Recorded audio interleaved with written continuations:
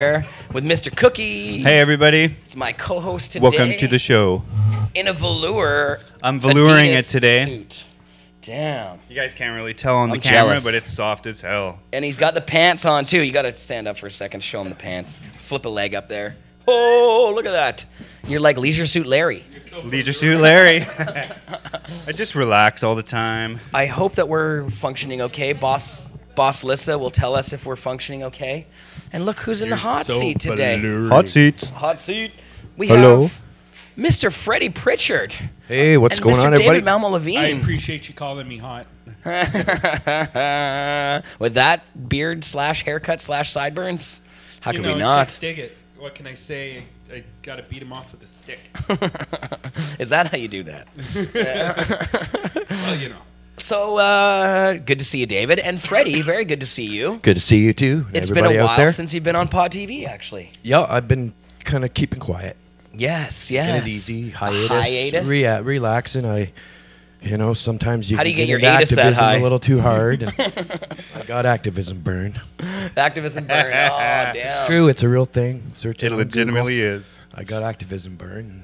One of the biggest ones from that is getting the feeling that you're not accomplishing anything. You know what I mean? And with the big steamroller of this Treadmilling. LP monopoly coming down on us, that's just kind of the way I got feeling. Yeah. Well, I still think, man, you're doing a fantastic job in all of this stuff. The people that you're representing, we still have a lot of cannabis culture out there, and they aren't being fairly represented by some of the big companies, or by any of the big companies, essentially. This model that Canada is pushing forward, steamrolling forward with, does not include a lot of our culture. In fact, it bans it completely, including people like the extract makers, a significant amount of the dispensary owners across the country. Cookie bakers, edibles, topicals, shit, you name it. Even the growers themselves, wrong camera. The growers themselves, unless they're the big LPs, we have this 75-page document that's been released. Have you seen that stuff, Freddie? We're going to get into this later, but... Yeah, no problem. But just going back there on that that's what I've been saying for hours and hours and hours of live shows is we're not included. And that's what this legalization is fakealization. I've been calling this out since Trudeau wrote, since their official party platform before he was voted in, said they were going to make stricter, harsher laws to punish more severely those who operate a motor vehicle, those who sell to children, and anybody who sells outside of that strict regulatory framework. Weaselization. Weaselization is a good one too, David. Yeah. Kudos to that one. Weaselization. But that's just exactly it. None of us are included. So while the rich get richer and the stockbrokers, people who don't give a shit about prison for pot or wasted taxpayers' dollars or clogged courts, they all stand to make billions while the persecution of my Canadian cannabis brothers and sisters continues. It doesn't end. Legalization for the old and the rich, man, and continued persecution for the young and the poor. So we're going to get into a lot of this stuff, Freddie. Absolutely. We're going to talk about some of the ins and outs and where things are going in 2018 and maybe how we can help and what we can do to actually fight. But I want to talk, we have David here. David is excited to talk to us about his latest article, which is now published on Cannabis Culture Magazine's website. No, it's not quite there yet. I was told it's coming sometime today, so probably sometime today or very soon. Okay. We will have part 2 of the George Herbert Walker Bush, biggest drug lord ever series, where I basically review all the evidence that the CIA is the biggest drug traffickers on earth, and that they get away with murder, and they're totally gangster. And whenever we talk about drug lords, they always point to the Mexicans and the Colombians and the Italians, and they never look at the white Anglo-Saxon Protestants who run the whole show. Right. And So- so we're going to do some of that. And David, you have submitted some photos for your article. Yeah, I got some photos for the article. We can give you a sneak peek about what's coming up. Now, some of this, I'm not sure if they're actually in the correct order or not. Does that look like the first photo to you there? No, that's kind of more in the JFK thing in the middle section. Okay. So we start, if you can find the Cuba section, and then go to the Dallas section, and then the Vietnam section. That'll basically walk us through the 1960s. Now, if you want 1950s and before, the setup to this, the first 4 chapters are posted online at cannabisculture.com. If you Google George Herbert H.W. Bush, or George H.W. Bush, biggest drug lord ever, with my name. You'll find it. Yep. That's the first article. Now, the second article is about to be published, and these are the photos from that. And I'm just going to walk you through briefly the Was that your visual first- evidence. Yeah, sure. Let's start with Santos Trafficante Jr. What I'm going to have to do, David, is we'll have to show them the photos of here. The audience won't be able to see it. You'll identify, then I can flip to the one. All Because right, they're sure. just all out of order, and there's no way to get them back. I'll dates. tell you what the photo you're about to see is all about, and then we'll show you the photo. Beautiful. So here is that first photo. Santos Trafficante Jr. was a high-ranking member of the mafia. I think he was at the Havana conference in 1947, mentioned earlier in the previous chapters. And what he did was he was the second highest-ranking member of the mafia to be in Havana at the time. And he did a lot of stuff like casinos and the brothels and the porn and the drug smuggling going on in Havana till Fidel Castro took over.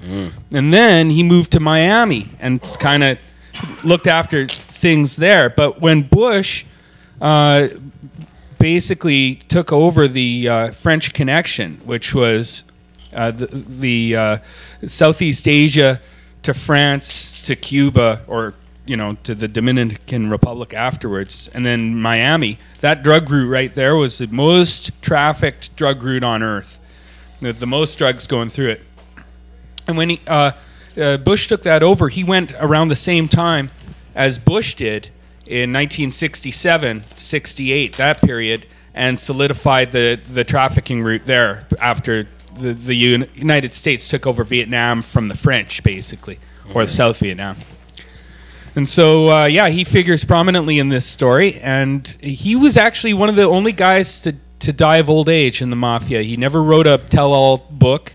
He never testified at any hearings or gave them any information. And he kept his mouth shut, and he died in his sleep.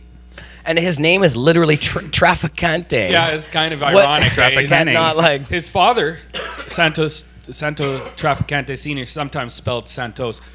He was huge, big in the mafia in the 40s, 50s, and 60s. But then his son took over the business, the family business. Let's go to the next one photo. More time. There he is again. Trafficante. Yeah. So, okay, So I'm going to the flip next through. photo. We get into the nitty-gritty of Bush's team. Okay, this is the most important photo in the history of CIA drug trafficking. It was taken on January 22nd, 1963 in a Mexican nightclub, and it is the only existing photo of Op 40. Operation 40 was a bunch of hitmen, assassins, drug runners, smugglers, gun runners. Yeah. And these guys were bad boys in the CIA doing all the black ops.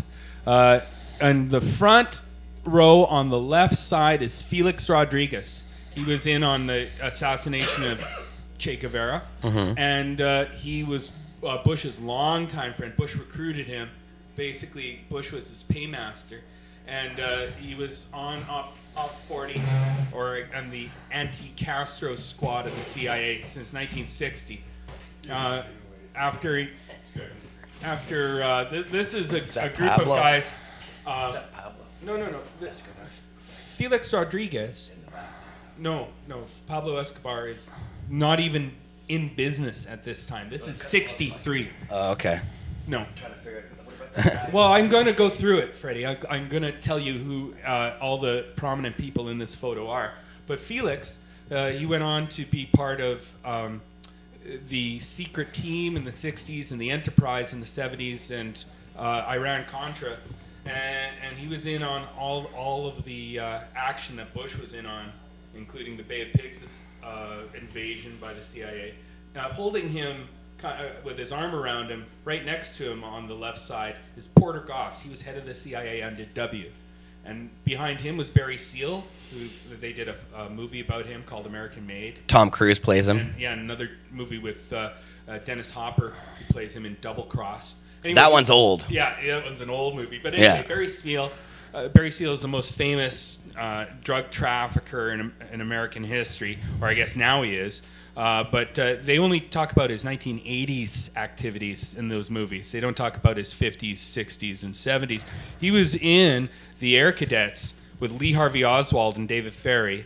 They said he flew the getaway plane out of Dallas for Bush. Oh. That's a rumor. But and he did have this videotape that he was blackmailing Bush. He had a W and Jeb unloading cocaine and getting caught in a DEA sting on video. That's what he said. Yeah. He threatened Bush with it, and 2 weeks later he got shot. And it was actually his plane that went down that led to Iran-Contra being exposed. The Fat Lady. It's a restaurant now in Nicaragua. So he was on the team from the get-go, and his life in the 50s, 60s, and 70s is super interesting, but I wonder why they left it out in the movies, I guess. Can I say something here? Doesn't fit the timeline. What's with that guy hiding his face? Oh. Any idea? Any idea who that? He doesn't seem to want to be there. Speculation about who that guy is. It's either one of two guys, they say. It's Frank Sturgis or Tosh Plumlee, and both of those guys were involved in the JFK assassination and Watergate. So it's one of those two. And he has his arm around a William Seymour, another CIA agent. But the guy who is 1, 2, 3, 4, 5 back on the left side is a little-known guy named Juan Restoy. And he was busted in 1970 in an operation, I think it was called Black Eagle, where he was busted with like 30% of the heroin and 75% of the cocaine going into the United States at the time. Huge bust, the biggest bust in history at that time. He threatened to spill the beans on the operation, and a week later he was shot. Spilling beans gets you killed. Yeah, if you're... Happy 420, by the way. Nobody quits Happy the CIA. 420, everybody. Yeah, nobody quits the CIA. Hey, can I have a toke off something? Yeah, absolutely. Can you spark up that joint you got Look at there? those fat sacks of weed you got there, Jer. This is the love potion right here. And this stuff, do you like sativa, indica? What do you like? I just wanted one toke off what Cookie's smoking right now. There's no hash in this, is there? No, Fat just sweet pound skunk. All right, sweet skunk. I'll have a little sativa puff here. I keep showing off what we use for joint weed. This is joint weed for our cannabis culture pre-roll joints. This is love potion. And man, it smells so good. And look at, even just take a look here. Where's the bud can? Next slide, Has that nice please. smell. Yeah, I'm just showing this off here. This is the joint weed. So we don't make shitty joints. Everybody is always like, oh, do you roll shake? No. Good weed in the joints even as well. Yeah, I'll testify to that. I'm Good already joints. flying with 2 wings. Yep, it's nice stuff. Yeah. Because we smoke them. I don't understand dispensaries that make shitty joints, because don't the people that work there smoke them? Do they want to smoke crappy pot? Most times the people who work there do not smoke those joints. Some Yeah, people, there is a feature their popular... price, and other people feature their rep. I like the guys who feature their rep. Yeah. Well, we still make it affordable. It's $35 for a box of 7 joints.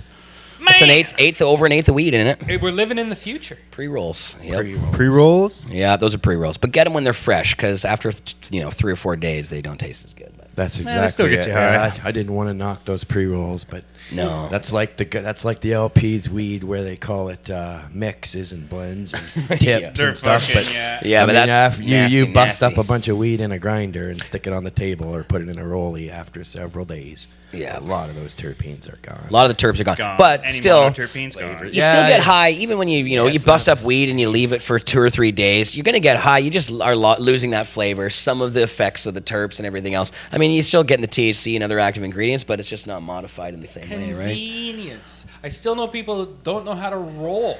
Yeah. Yes. So it's nice to go somewhere and get some pre-rolled, ready to go in a pack. Right. That is the equality with the tobacco crowd. And if you are going to our vending machines, you can pretty much guarantee that they are within a couple days, because they sell out so quick that we have to refill them every day or 2 days. So There you go. there you go. But anyways, back to David's slides here. We'll zip through these, Okay, and then we're people still can looking get at all this the one. details. You want a new one? Yeah, let's have a new one. Okay, hold on here. We'll go back to you. And is it this one? Yeah, okay, this. Okay.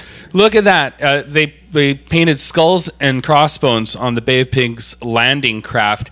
And if you read the article, there's a ton of connections between Skull and Bones, the guys in Skull and Bones, and the guys who organized Bay of Pigs. Basically the same group of guys. But just playing devil's advocate here. Yeah, it's a pirate thing. It could be pirate anybody. thing, yeah. I just think it's a huge coincidence that these pirate flags keep showing up on Skull and Bones based operations. Maybe it's not a coincidence. Maybe it's a actual by design sort of thing. But let's look at Well, and the Nazis themselves had the skull and bones on their all hat. the badasses did. Yeah. But that doesn't mean they're all connected. It doesn't mean they're all connected, but I just think when you have a funny stack of coincidences piled a mile high, that's true. It's fun to review them all at the same time. I agree with you. Maybe they're not coincidences. I'm not Maybe these guys project their shit onto. They like signing their name onto their operations with little things like that. See, this here's another example.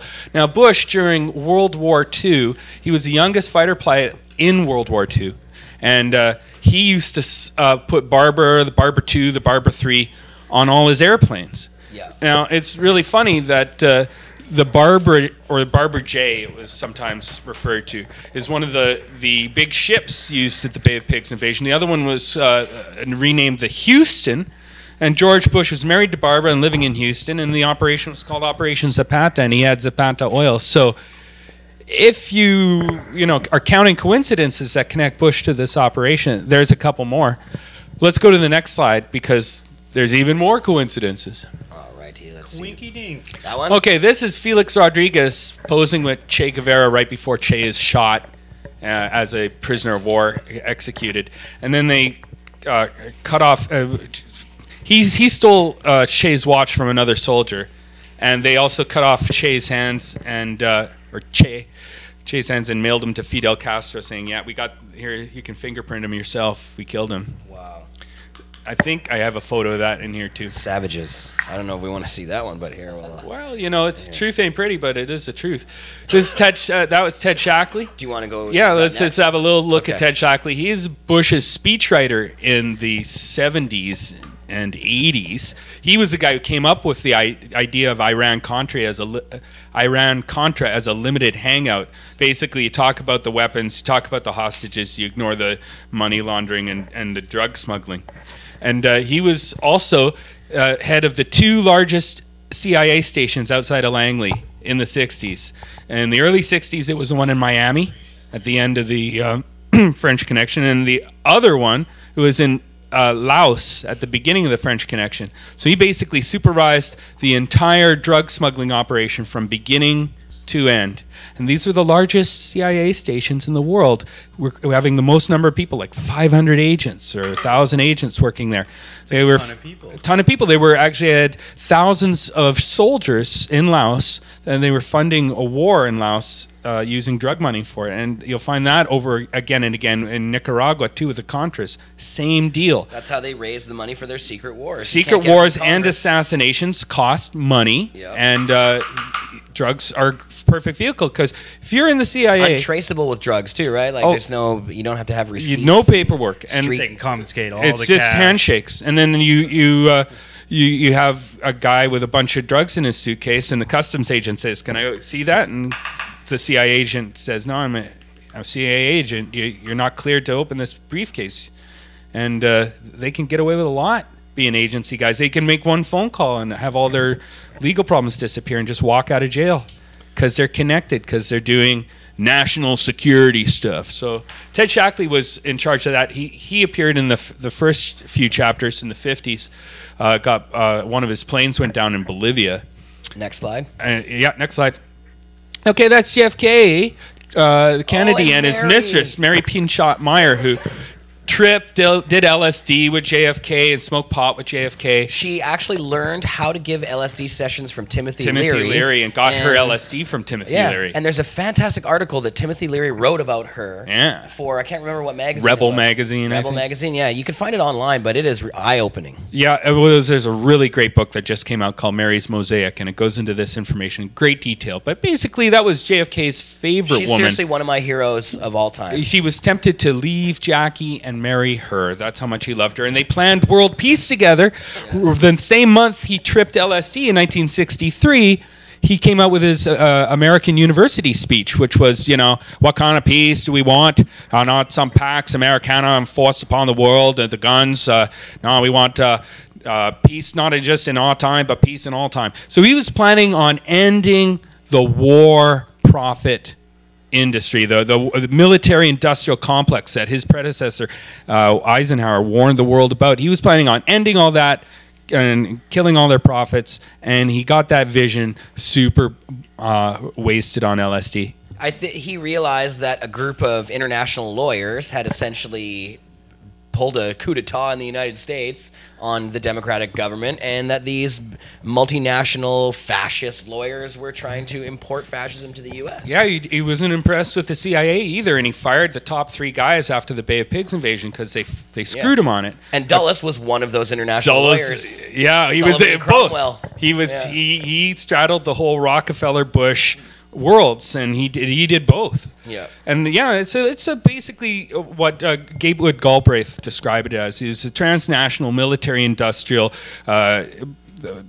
pharmaceutical corporate fascist elite sons of bitches that run the world, and we got to do something about it. Next slide, please. Anyway, they both were dead within a year and a half of this photo taken, and her diary was stolen, just like Marilyn Monroe's diary was stolen after she was assassinated. Is that the one you want next? Yeah, next. Bush's alibi memo. There he is. He created this memo, had it created when he flew to Tyler, Texas out of Dallas right after the assassination, and then phoned it in saying, oh, this guy who had nothing to do with the assassination, but he might have something to do with the assassination. Just establishing where he was. He wasn't in Dallas, but he was in Dallas. It was phoned in an hour and a half, and it only takes a 30-minute flight to get from Dallas to Tyler. Next slide, please. Alrighty. That one? The Hoover yeah, memo. Hoover memo. Now, the Hoover memo, Hoover hated Bush for some reason, outed him as a CIA member in an internal memoranda that he hid somewhere and was discovered years later. He basically said, George Bush of the CIA. Nobody outs anybody of the CIA. You get in trouble for that. You get fired for that. He said, George Bush of the CIA referred to the Miami Cubans, or the Cubans who were anti-Castro Cubans, who Bush was involved in the assassination. And basically said fuck you to George Bush this way, basically leaving clues for future historians to figure it out. Next slide, please. Okay, this is a photograph, some people say, George Bush right outside the Texas School Book Depository on the day of the assassination. Weird, another coincidence. A lot of people, Stephen Hagar says that's Bush, and Jesse Ventura says that's Bush. He does look a lot like Mr. Bush, doesn't he? He has that now. A very clear photo recently came out, but it's unsourced. Don't know where it came from. Don't have the context of it. It looks like a close-up shot of just the guy who was standing there, who obviously isn't Bush, but I think it could have been put out after that. This photo began to circulate. Anyway, next photo, please. All right. Yeah. Shady Bush. This looks like W at 17 years old, which he would have been 17. He's also a member of Skull and Bones. And I'm thinking this is take your son to work day at the CIA. That's possible. This is at Dealey Plaza. So in the movie JFK, which if you haven't seen it, Oliver Stone's film talking about these events, it's almost more a documentary than it is a drama. Yeah. Although it was criticized for not being 100% accurate. I think it was the closest thing that's ever appeared. I think so too, and that's why it was so heavily criticized. And you know who criticized him was the left a lot, the left wing. Yeah, and Chomsky wrote a book called Beyond Camelot. Yeah. But I deal with that in my article. I think Chomsky thought that Bush or that Kennedy was telling the truth to his Joint Chiefs and the CIA and was lying to the American public. Which that they were going to have their war in Vietnam. Yeah, that he was not going to withdraw without victory. But I think he was lying to those guys and telling the truth to the American people, because he seemed to love the American people and love his mistresses who were dreaming of world peace. And he hated these Joint Chiefs guys in internal memoranda. Yeah, we won't withdraw without victory, guys. But I think he was just saying that, and he was going to... Kennedy was good at playing all the sides and telling people what they wanted to hear. Well, he certainly didn't invade Cuba. And that was even if he intended on keeping his word in internal memoranda, saying they wouldn't withdraw without victory, even if he was intending on that, they might have doubted him anyway, because he didn't invade Cuba, and they all were counting on him to invade Cuba. And he fired Dulles and the crew. And he fired the top 3 guys at the CIA. So maybe they just thought, you know what, he's lying to us, and that's why they shot him. But why would Chomsky, who is a brilliant guy, overlook some of Chomsky doesn't honestly address the JFK assassination. He just refuses to review the evidence of the assassination itself. At one time, he was interested interested in in his head blown off. Well, yeah, I mean, and it's a just concern too. But I think it's time we just look at this honestly, look at all the evidence honestly, and if you look at the evidence, the magic bullet theory or all the coincidences, missing brain, how the security detail was turned off, if you look at all the evidence brought up in Mary's Mosaic that points to an assassination of JFK, if you look at the evidence by a writer named Valentine, who wrote about it in Strength of the Wolf, if you look at the honest kind of academic approaches to the subject over time, I think you got to conclude that the CIA killed Kennedy, and they killed him for basically 2 reasons. He was interfering with CIA drug trafficking operations. Castro interfered with it, and Kennedy basically wouldn't invade and get the mafia's and the CIA's playground back for them, Havana. Yeah. And he was interfering with the military-industrial complex in their wars of conquest. He was basically screwing up all the old boys club rackets. War is a racket, and the drug war is a racket. And he was screwing it all up, and they wanted him out. And they killed a lot of other big guys. They killed Trujillo of the Dominican Republic. They killed Diem of Vietnam. They killed Diem 22 days before they killed Kennedy. Yeah. So you got to look at this information honestly. Chomsky does not. I agree with him in 95% of what he writes, but I don't agree with him when it comes to JFK or 9/11, because I think the evidence points to in-house operations and inside job, as the fuck nuts Alex Jones keeps saying, who I disagree with 95% of the time, but I agree with him on 9/11. I think Jones is an intelligence agent there to divert us. Probably. Or he could just be a crazy guy. He is definitely crazy either way. He's one of those useful idiots. He's either a useful idiot or he's an incredibly good actor. Either way, he's dangerous, but I agree with him. Because Alex used to have a lot of interesting things to say. I used to listen to his radio show all the time, and it made sense. He's just gotten more right-wing and more Nazi and more crazy, like, all the time. And he just discounts all the problems that the alt-right provide. Next slide, please, and we'll look at... But just quickly on this slide, the reason that I brought up Oliver Stone's film is because in it, they talk about what was going on here. And there was these hobos that they arrested that were hanging around the Grassy Knoll area, because they're like, well, if these people were firing at Kennedy from the Grassy Knoll, well, how did they get out of there? Wouldn't have somebody seen them running? Where did they put their guns? But immediately, as soon as that happened, they did arrest people at that Grassy Knoll and took them aside, and they looked like this. They said they were hobos, but check out their shoes. They had expensive Italian shoes on. Yeah. And so all the hobos that looked like hobos were actually wearing really pricey shoes. Well, Oliver Stone goes into it a little bit. He hints to this story. He talks about Ed Lansdale being there.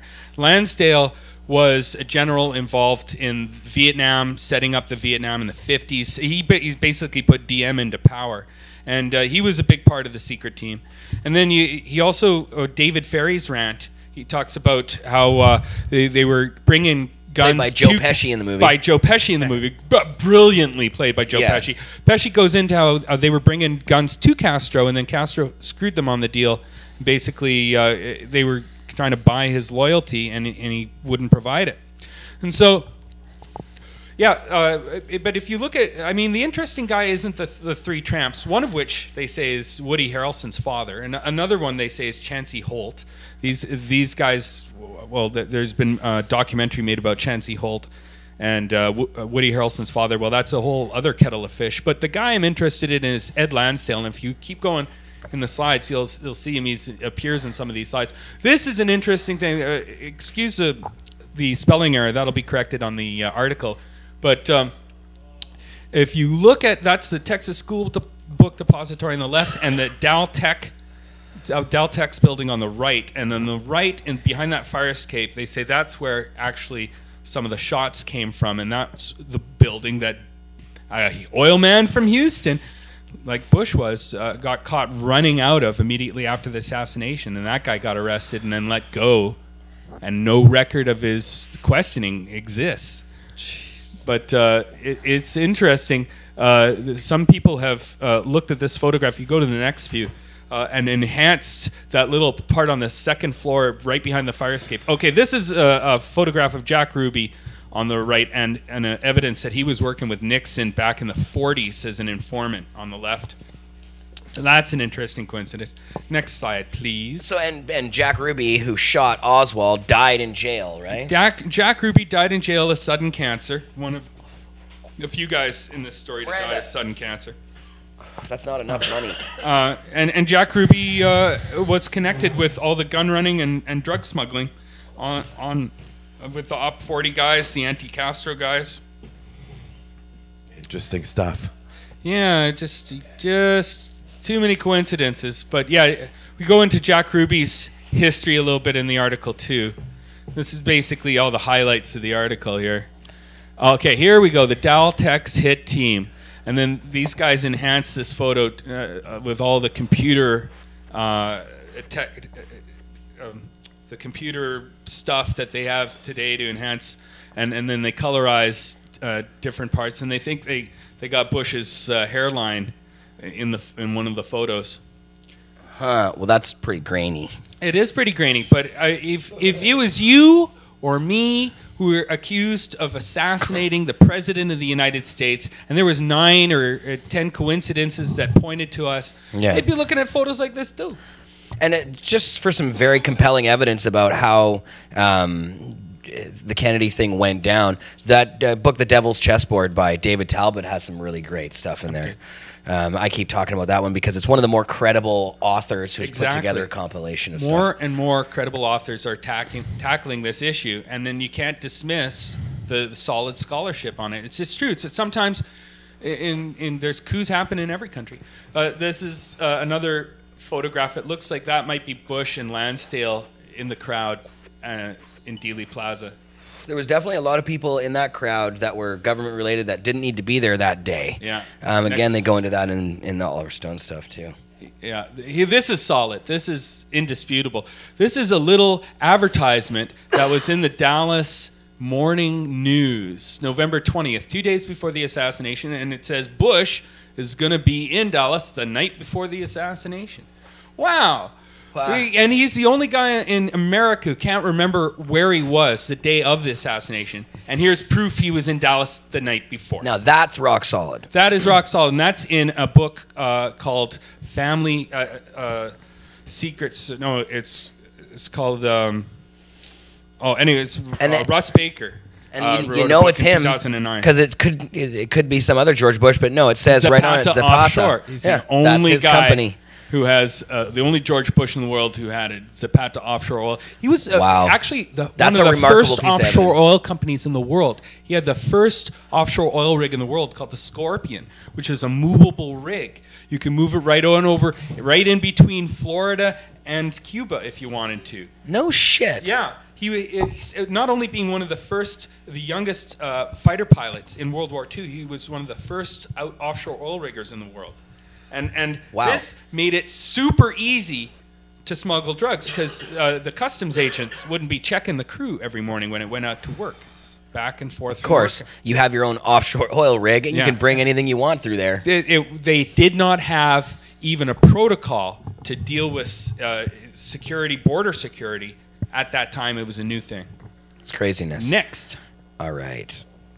Okay, this is a photograph of Lansdale next to the Three Tramps, and you can see this if you Google Three Tramps on Google Image. But they're wearing nice jewelry and nice shoes. Two of his peers have identified him from behind. That's Lansdale, and he retired actually on November 1st. 1963. So the month Kennedy was assassinated, he retired. Huh. And there's Lansdale from the front, and that's next to Diem, the I guess Prime Minister, President of South Vietnam, who he installed, and then he was anti-drug for the first few years of his presidency. But then he's like, geez, how can I finance my secret police without drug money? So he was dealing drugs, and he kind of did some things to embarrass the United States. He repressed the Buddhists, and then they protested and set themselves on fire, like that Rage Against the Machine album cover. Yep. Yeah, that was DM responsible for that. So they got rid of him on November 2nd, 1963. 20 days before Kennedy, and they installed one of the drug traffickers they preferred, who ended up being the guy who ended up being in power was General Kai, and he's on the front cover of Rampart saying the biggest pusher in the world in 1971. And here's here's Bush. I can't remember where he was on the day of JFK's assassination. Famously, it's even in all his biographies, or some of his biographies, like Kitty Kelly, the family, I think. Yeah, who does not? I mean, how can you possibly even say something so crazy? He was basically the Republican representative in Texas, one of the Republicans organizers, one of the main Republican activists in Texas, and the president was killed in his state, and he can't remember what he was doing. And he happens to be right there the day before. He's there the day before. His father is military intelligence from World War I. Yes. He grew up as the only guy destined to be the director of the CIA. He was a CIA brat, if you will. He was in Skull and Bones. Skull and Bones basically created the CIA. And he was destined to be CIA, and he can't remember where he was when Kennedy was shot. And he's still alive, and no one's taken him to court and asked him these questions. But the coincidences just pile up. I found 9 tying him to the Kennedy assassination. Jesus. But this is a image of a DVD cover, a VHS cover of Air America, which was a movie, I think, in the 80s or early 90s by Mel Gibson and Robert Downey Jr., talking about their drug operation in Laos at the time during the Vietnam War. Right. And this is based on Bush's actual. drug. It's all based on. It's all real based stuff. off. Books have been written about it. Google Air America and read about it, or the politics of drugs in Southeast Asia. Strange thing to make a comedy movie about. Politics of heroin in Southeast Asia by McCoy, and the politics of heroin. He came out with a later edition. Read that. It's all well documented. Mel was trying to tell us stuff since early. You know, this is like, Mel's greatest film, out. and he did a great job of exposing CIA drug operations.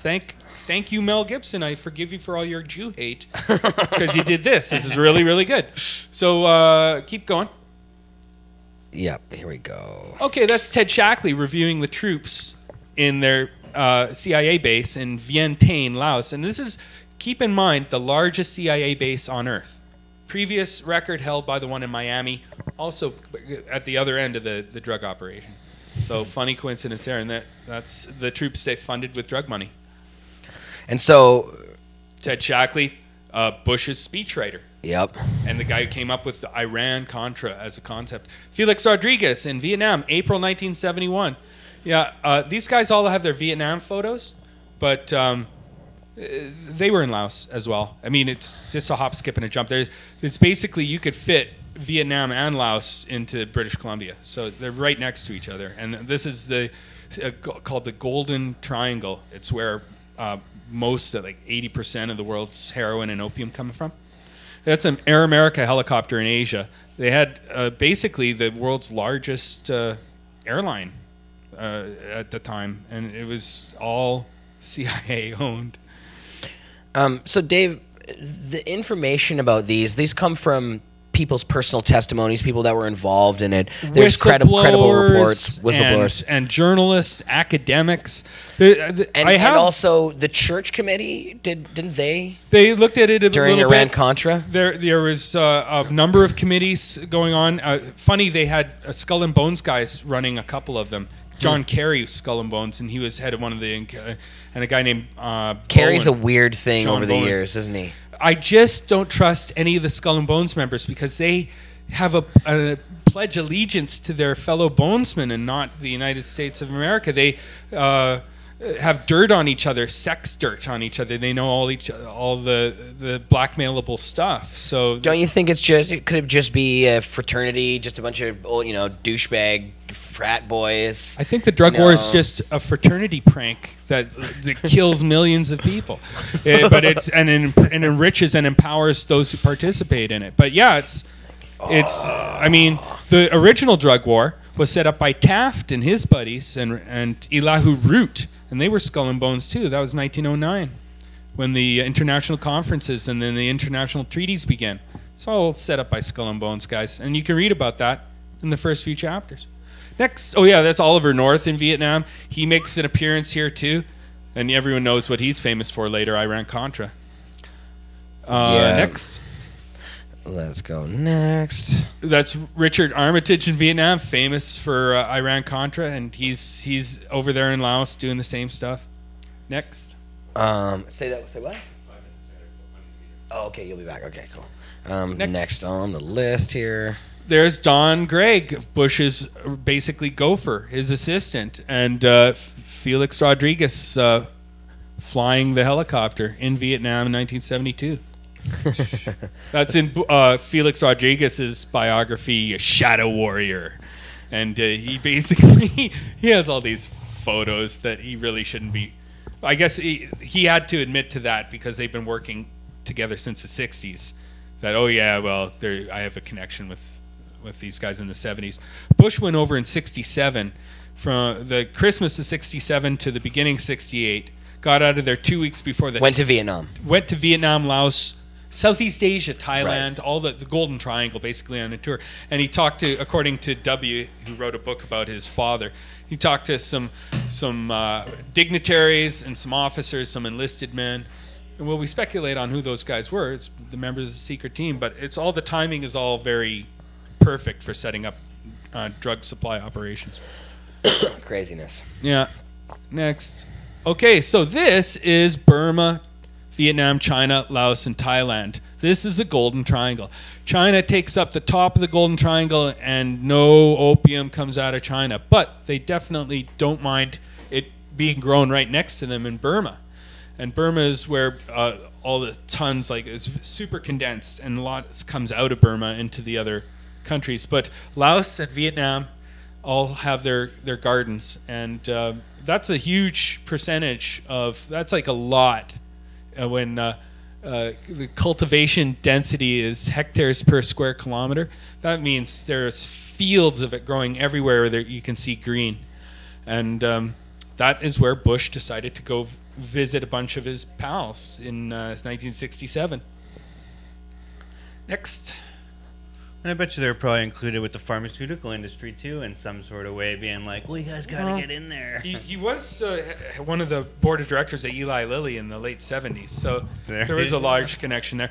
An Air America pilot helps evacuees into a Huey on top of Saigon building just before the city fell. This is an iconic photograph of the end of the Vietnam War, and it's true. Air America was the first guys in and the last guys out. That is an Air America helicopter. That's from Politics of Heroin by McCoy. Have you ever seen the the play Miss Saigon? No, I have not. No, in the play, this is one of those big, like, you know, Andrew Lloyd Webber productions or whatever they are. This is how they end the play, with that exact scene with a giant helicopter on stage, like half a helicopter with a I bet it doesn't say Air America on the side. I'm not sure if it does. I forget that, but that's interesting. Yeah, that's interesting. That is the symbol of the fall of Vietnam, the defeat of the military. But what it really is, it's Air America getting their people out. Right, the last one's there. Yeah, the last one's there. Okay, you cleaning up mess, and you. We're gonna need you to continue drug operations, so you can come with us. The rest of you guys are effed. Next, and this is kind of like the title image. I was thinking that's Bush during the time. It's 61 or 62, and then there's the picture of the poppy fields. Densities. And then, okay, this is Ramparts magazine from May 1971, the month I was born. And Marshall Kai, the biggest pusher in the world, he was the guy that was eventually running Vietnam after Diem was assassinated by the CIA. So they got rid of the unpopular drug dealer, and they put in the more popular drug, or at least the one that wasn't tainted with Buddhist protests. Like that style, got the Ray-Bans, got the stash. Old school Ray-Bans. Yeah, got the Trump hat almost. Making large coin. Vote Trump. Yeah. Uh-oh. What do you got here? Okay, those are Che Guevara's hands cut off and being fingerprinted before being sent to Fidel Castro. Wow. That's crazy. Well, these are the guys. The skulls and bones is what they're about. There's some bones for you. Yikes. That's some of the more famous bones. But yeah. Next. Oh, okay, and then that was it. So that is a little sneak preview of what you can read about and get all the sources and all the evidence for when that comes online in a day or two.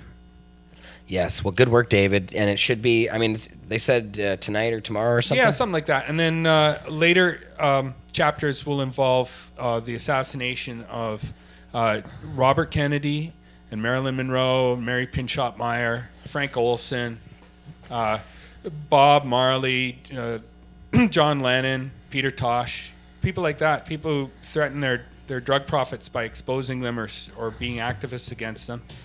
And we'll go into all the coincidences in great detail. You can be a coincidence theorist or you can be a conspiracy theorist. I prefer the term institutional analysis. There's something in first-year sociology you'll learn about called elite deviance. And that is a tendency of super powerful people to think they can get away with shit because everyone else is terrified of calling them on their shit. But occasionally, once in a while, the evidence becomes so overwhelming. Just regular people like us here at Cannabis Culture got to speak up about it, and then we share the evidence with everyone else and make it easy for people to make up their own minds whether it's a conspiracy or whether powerful people are shitty and do shitty things together. And other than, you know, like just this being interesting piece of history, of American history, it's important because it's still going on. It explains why we can't ever seem to end the drug war, why politicians are afraid to do something about it or refuse to do something about it, and why we can't talk about things intelligently, and why the current drug war is so racist is because when you say drug lord, you type in drug lord into Google, Bush and the CIA, they never come up. Those are the drug lords, but because they're white and we live in a very subtly racist society, it's blatant if you're not white, but it's subtle for white people. We don't see how racist it is to blame it all on the Colombians, the Italians, the Mexicans. No, you're right. It's super racist. But it's super effing racist, and we got to end it. And the way we got to end it is by exposing all the evidence, looking at the evidence honestly, and getting it out there. Maybe movie makers will make movies about it. Maybe journalists will take this ball and run with it. But maybe someone will take Bush to court. Hey, when the journalists take this ball and run with it, they suicide themselves by shooting themselves twice in the head like Gary Webb. But sooner or later, you know, even in Soviet Union, it just came to a boil. And people were like, you know, we've had it with the secret police, we've had it with everybody, and we're going to have big changes. And that happened in Occupy. And if we can learn how to fine-tune democracy so it works and it's effective, and the subtle throne, people don't try to create new thrones to sit on in Occupy, and we have revolutions that work and are attractive to people and that engage people and are functional. Maybe we'll have an Occupy that doesn't suck one day. Maybe we'll take over and learn how to share power and share wealth and share the world. I'm still hopeful. It's better to focus on utopia instead of a hellish nightmare. Even if there's a very small chance, 1 or 2%, that utopia happens. Well, it's better to take a few steps in the right direction than miles and miles in the wrong direction. It's true. Very true. And you never know what could happen. When we get all this information out there, somebody in Hollywood or on television could turn it all into something else that's super accessible for the whole world to enjoy and learn from. The big picture story. Yeah, and then we evolve and grow as a species. We end the drug war. We have drug peace for all drugs. Some interesting history there, David. I've been Dave. watching the last couple of weeks this show called Narcos. Oh, yeah? A lot of things you've been saying was around the exact same time this stuff was going on. Yeah, Yep. the 80s CIA stuff is getting online and into the collective consciousness. But it's the 50s, 60s, and 70s stuff that sets the picture. And Freeway Ricky Ross. Oh, yeah. Freeway Ricky Ross. He does a lot of talking about all this stuff. Yeah, and then they'll go into the 90s and the 2000s and the more recent evidence, too, but we will. We'll keep putting it out there, till. Good work, David.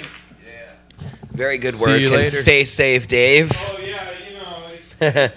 Don't go on. safe by being loud. Don't take any like single engine Free the weed. Cessna airplane rides. No, none of that. No. Yeah. The dangerous thing is when you get quiet, then you're irrelevant and then you're not missed.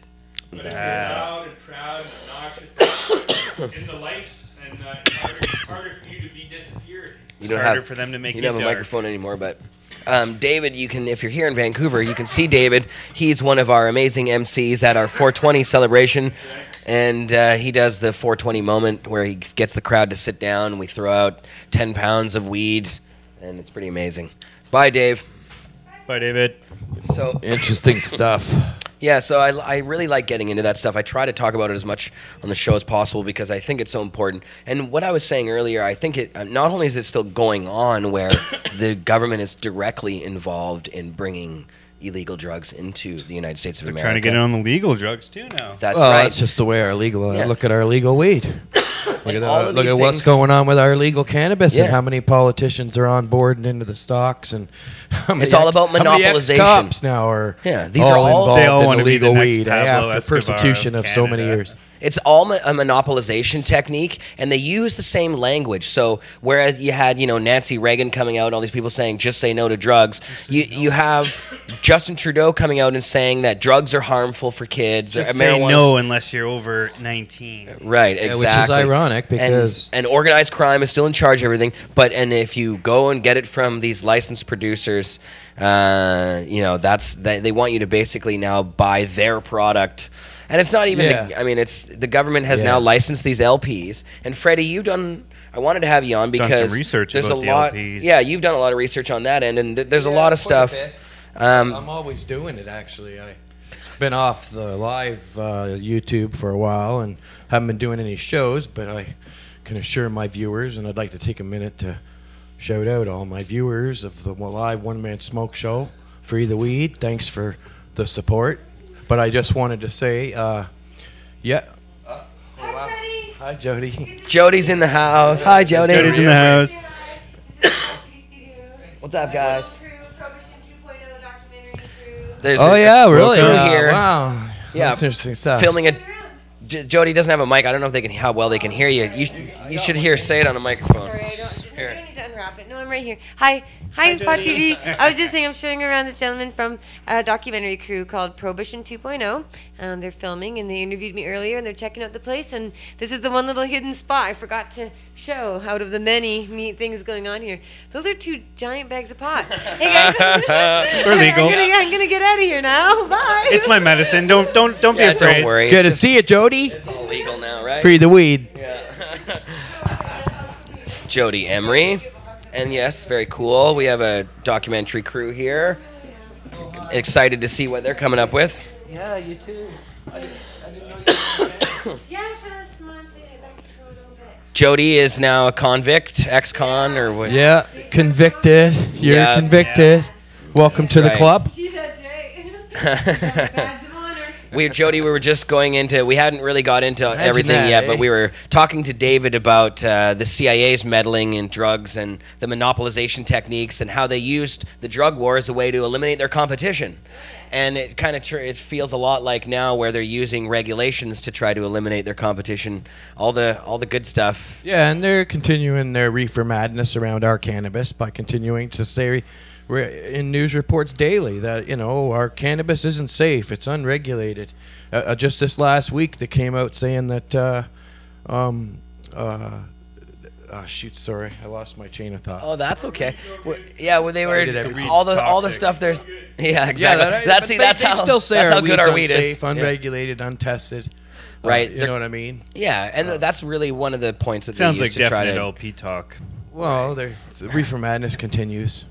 Right, and I'm for the idea of having weed tested because for sure. a lot of times people will use things in it you probably don't want, and it seems to be more now these illegal pesticides. But it wasn't really until there was large production of marijuana in these. I guess probably it was happening and we don't even realize it. But these corporations that are supposed to be the ones who are regulated, why is it that they're so full of these things? Don't they check the weed beforehand? Yeah, they're getting they in have their trouble. own recalls and stuff like that, and that's something Yeah. that's Recalls, Bye, but guys. how do the recalls happen after? When they test it, don't they find the stuff in it? I'm so confused. Yeah, So well, that's I found that out too when I was at Lyft. I was smoking a joint with someone that works at an LP, and I said well, I don't really want to smoke that weed because it might have a recall on it. And he says, well, isn't that a good thing that it's been recalled? I said, well, the good thing would be to test it before it has to be recalled. Yeah, because that was the biggest thing fucking on- before you send the shit out, you test it. Like, come on. Yeah, keep well, your that was head the in shape, biggest thing boys. on my shows, talking about it over and over, was they do recalls going back, one was 11 months going back. You're like, What for the sure One that was going fucking back weed's 15 months on all of their products, going back 11 months on Yeah, I said I didn't want to have the Organigram's anxiety of recall. seeing it recalled in a month And then me thinking, oh fuck, I smoked that. Yeah, shit, because I'm let's sick be now, I honest. got this. What could Let's be possibly honest, take Cookie. 15 months to figure Like, out? yeah, What the that's hell's right. going on with And that? let's be honest, Cookie. How many people still got that weed around? Didn't they consume it? It's so gone. As much to like last month when they got it, they used it. Yep, Yeah, exactly. No one has So the weed from an LP that's recalls, a year old. recalls are shit. It makes no sense. The recalls are just to cover their own asses by making them look like, Exactly, oh, to we're cover their reaching own out. Do asses. you have this weed left, sir? You're like, yeah, from last year. Like, for sure, I don't. So Forrest Walker says they only recall if it gets caught by someone else. That's probably true too. Yeah, I agree. I think that's It's funny, probably why. We did that Organigram set up a and testing Metrum thing. episode on the Smoke Show. And We smoked it right there on camera and told the world, "Holy fuck! Look at this black ash." I mean, you could see it on camera. It was like You're showing like- the world. Yeah. And all three of us saying how it horrendously tasted of chemicals. And Jesus, Jeremiah, people in our own cannabis community bash us over that. And then you know what happened? That exact weed was recalled for myclobutol. Imagine yes. that, one of the 72 Myclo. one of the 72 lot numbers from the Organigram recall. So that's just amazing. Yeah, it was no doubt, just being a consumer of cannabis. So- three of us standing there knowing quality cannabis, that a lot of the LP weeds don't shape up to our Scabtree here in the chat is saying 99% of the black market uses pesticides. Do you think that's true? No, I No, don't. that's at all. not true I at don't think all. that's true at all. I know a lot of growers, and they use real safe techniques. And the bottom line is Same. a lot of people notice black ash. If you don't got good connections and you see black ash, then you know if We you're got a the chat cannabis here. community, if you're a cannabis consumer and you know cannabis, you've got a problem with that cannabis. You got cannabis that burns clean on a regular basis from your suppliers, burns a nice white ash. You know you got good cannabis just by the smoke test, because that is the test. Yeah, I if don't it need a doesn't test run to you tell out. me if cannabis is good or not.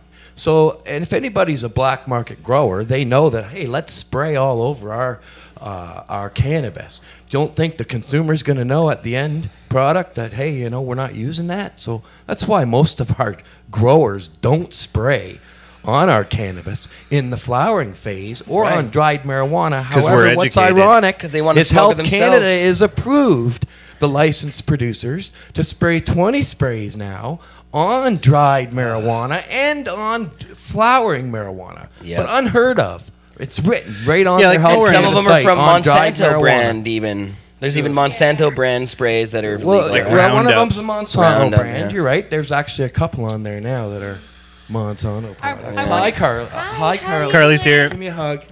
Carly Marley in the house. Hi. Slipped right in there. Yeah, I wanted to say something on the weed burning white thing, because of course that's a good test. But I found out the other day, Cody Van Gogh informed me, he's a joint rolling expert, and he rolls a lot of different joints, uses a lot of different papers. Some of these papers that have Absolutely. been bleached, Yep. the whitening agent that is in them is so strong, it'll actually make your ash burn a little bit whiter. So a lot of people use like the bleached zigzags to test their weed because the papers burn white. But in reality, your weed is going to look more white than it is because of the bleaching agents in the paper. So make sure that you're using a paper that won't actually affect the color of the weed. Some people, when they roll some joints good with way like to- hemp is to papers, knock it they into your burn hand and rub it a bit. Exactly. Yeah, Then check you'll that really out. Don't, get if to you see can if burn it's- it outside of a paper, that's the best way to do it. So just so people know. Hit it in a clean bong. Yeah, clean bong rip. Speaking of bong, Oh, we don't have Do a little dab or something. You here. can- Blondie here. I go at my weed as I am a judge at a cannabis cup. I look for burnability, flavor, aroma, taste. Yep. And I can tell a lot of things by the smoke test. I'll tell you that right now. Yeah, And we that's could true. tell on many of the large producer cannabis is that we looked at, I think 21 or 23 different samples from 6 or 7 different large producers. Yep. And man, when you're tasting a joint, it's instant chemical. You can, Yeah, your lips will go I numb. smoked weed for 30 fucking Yeah. years. Yeah, I know. you get a that. numbness in your lips, and you're like, it's Absolutely. Yeah, it's just not flavor. Well, It's not nutrients. in enjoyable. some of the cases, in some of the videos we shot, where we did the large producer smoke show episodes, Thank you. we wouldn't even finish the joint. 2 tokes was it. We knew this You're was just not like, medicine. "Fuck this." This was not medicine. And then Yeah. it's ironic that and it's not flushing it properly, right? You can hit some of the speed if you want. And it really is that these guys are cutting corners, right? So yeah, and they're still up against their class action lawsuit. There's several large producers that are up on class action lawsuits. Yeah, and I'm sure when they go into this game, they don't know anything about growing, so they're just like, save our $1 million crop. Yeah. Wagner's serious injury loss firm, it's been reported, has listened to hundreds of patients who've got nauseous and sick, and it's been reported in the mainstream medias and all over my smoke show, the One Man Smoke Show on YouTube.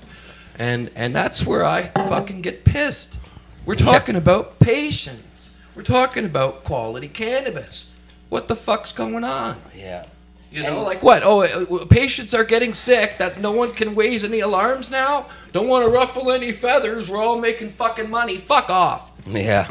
No, it's true. And really, it is about medicine still. These are supposed to be medical marijuana providers. Yeah.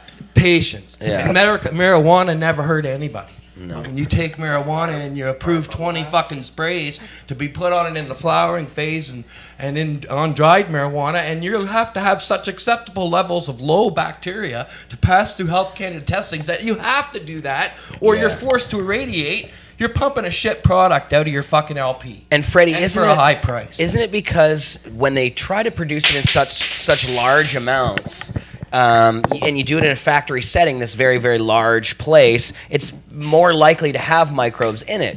So if you're growing small batch, it's easier to control things. These big, huge factories that are, part of the way that all these LPs are doing business just inherently have these problems because they're so large. And so they have to, like you say, blast it with gamma radiation to get those microbes down to zero, or put all these nasty pesticides on it. But mom and pops don't have to do that. They don't. Well, no, because it's absolutely ridiculous. Lettuce has bacteria on it. Right. My cannabis probably has bacteria on it. Yeah. But the Health Canada numbers, which I don't know, I know they're low. Yeah. They basically have to irradiate or spray, which kills the cannabis. But everything's got microbial content on it and bacteria content on it. Gets burnt when combusted. But to have those such low levels makes it absolutely impossible. Yeah. No, okay, well, anybody want a bong toke here? I've got this loaded up. Freddie, you want a bong toke? Yeah, I'll do a bong. Yeah, Carly's got her dab there going. Bong rip. Pass that man a bong. Take the bong. This is the love potion. Love potion number 9. Love potion number, yes. Oh, no, I think it's number 1. I think it's just love potion. It might be love potion number 9. I just think maybe that's a song. Reefer Man bred it originally.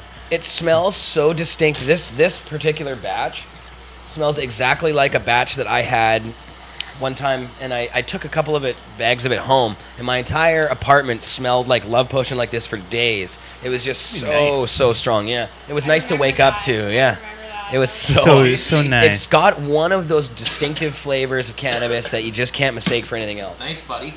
Yeah, for sure, man. It's like a piney, lemony kind of flavor. I love it. I love the love potion.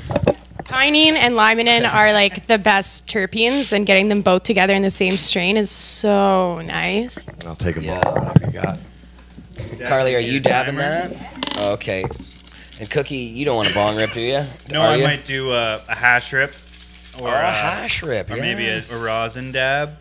We got some Gib What's up with your glass? Tell us about the glass. And I see these guys in here from Prohibition 2.0, and I want to shout out, I was calling Prohibition 2.0 over on my channel. Yeah. Years ago, before Trudeau was voted in and everybody was going vote, vote, vote, I was saying no. Look what they're saying on their official party platform page. They're going to make stricter, harsher laws to punish more severely. And that's what's fucking coming down the pipe. We got the crew filming here. Oh, yeah, there we go. Yeah.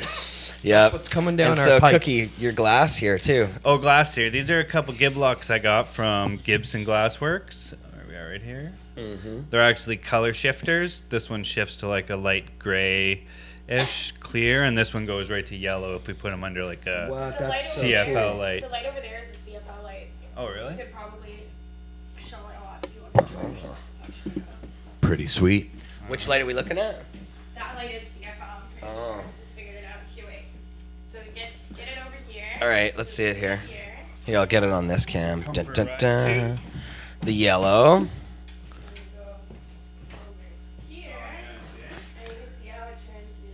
Oh, wow. It definitely is. You can't really see it on cam that much, but man, it sure changes in real life. It looks like now orange Kool-Aid. It's hard to see. And purple Kool-Aid. And purple Kool-Aid. And wait, bring it back over here now. Oh, they lighten up a lot. Well, if you put them like right Now up, it's like tangerine colored, whereas It'll be before it yellow. was straight up orange. That one's still pretty purple. Yeah, it's still purple. There you go. Very cool. And those are from Gibson Glass. Those are from Gibson Glassworks. Out on, I guess he's on Quadra Gibby. Island. I got a little Gibson at the Lift conference. Literally a little one. I got a little ring. Left. That I'm, Right, I know. I had so to we go haven't and see- talked about the we Live haven't conference talked about since we got back on the show. It's making Yeah. Freddie, Oh my yeah, gosh. he's like losing his lunch. I haven't had a chance to rant about this one yet, so. Okay. So you give your rant first, Carly. Okay. Go ahead. I have never been to, and this isn't anything against the organizers, because I don't. This isn't obviously something somebody, but the people who are attending it, I have never been to such Oh, a yeah. Carly misogynistic was cannabis having a hard event. time.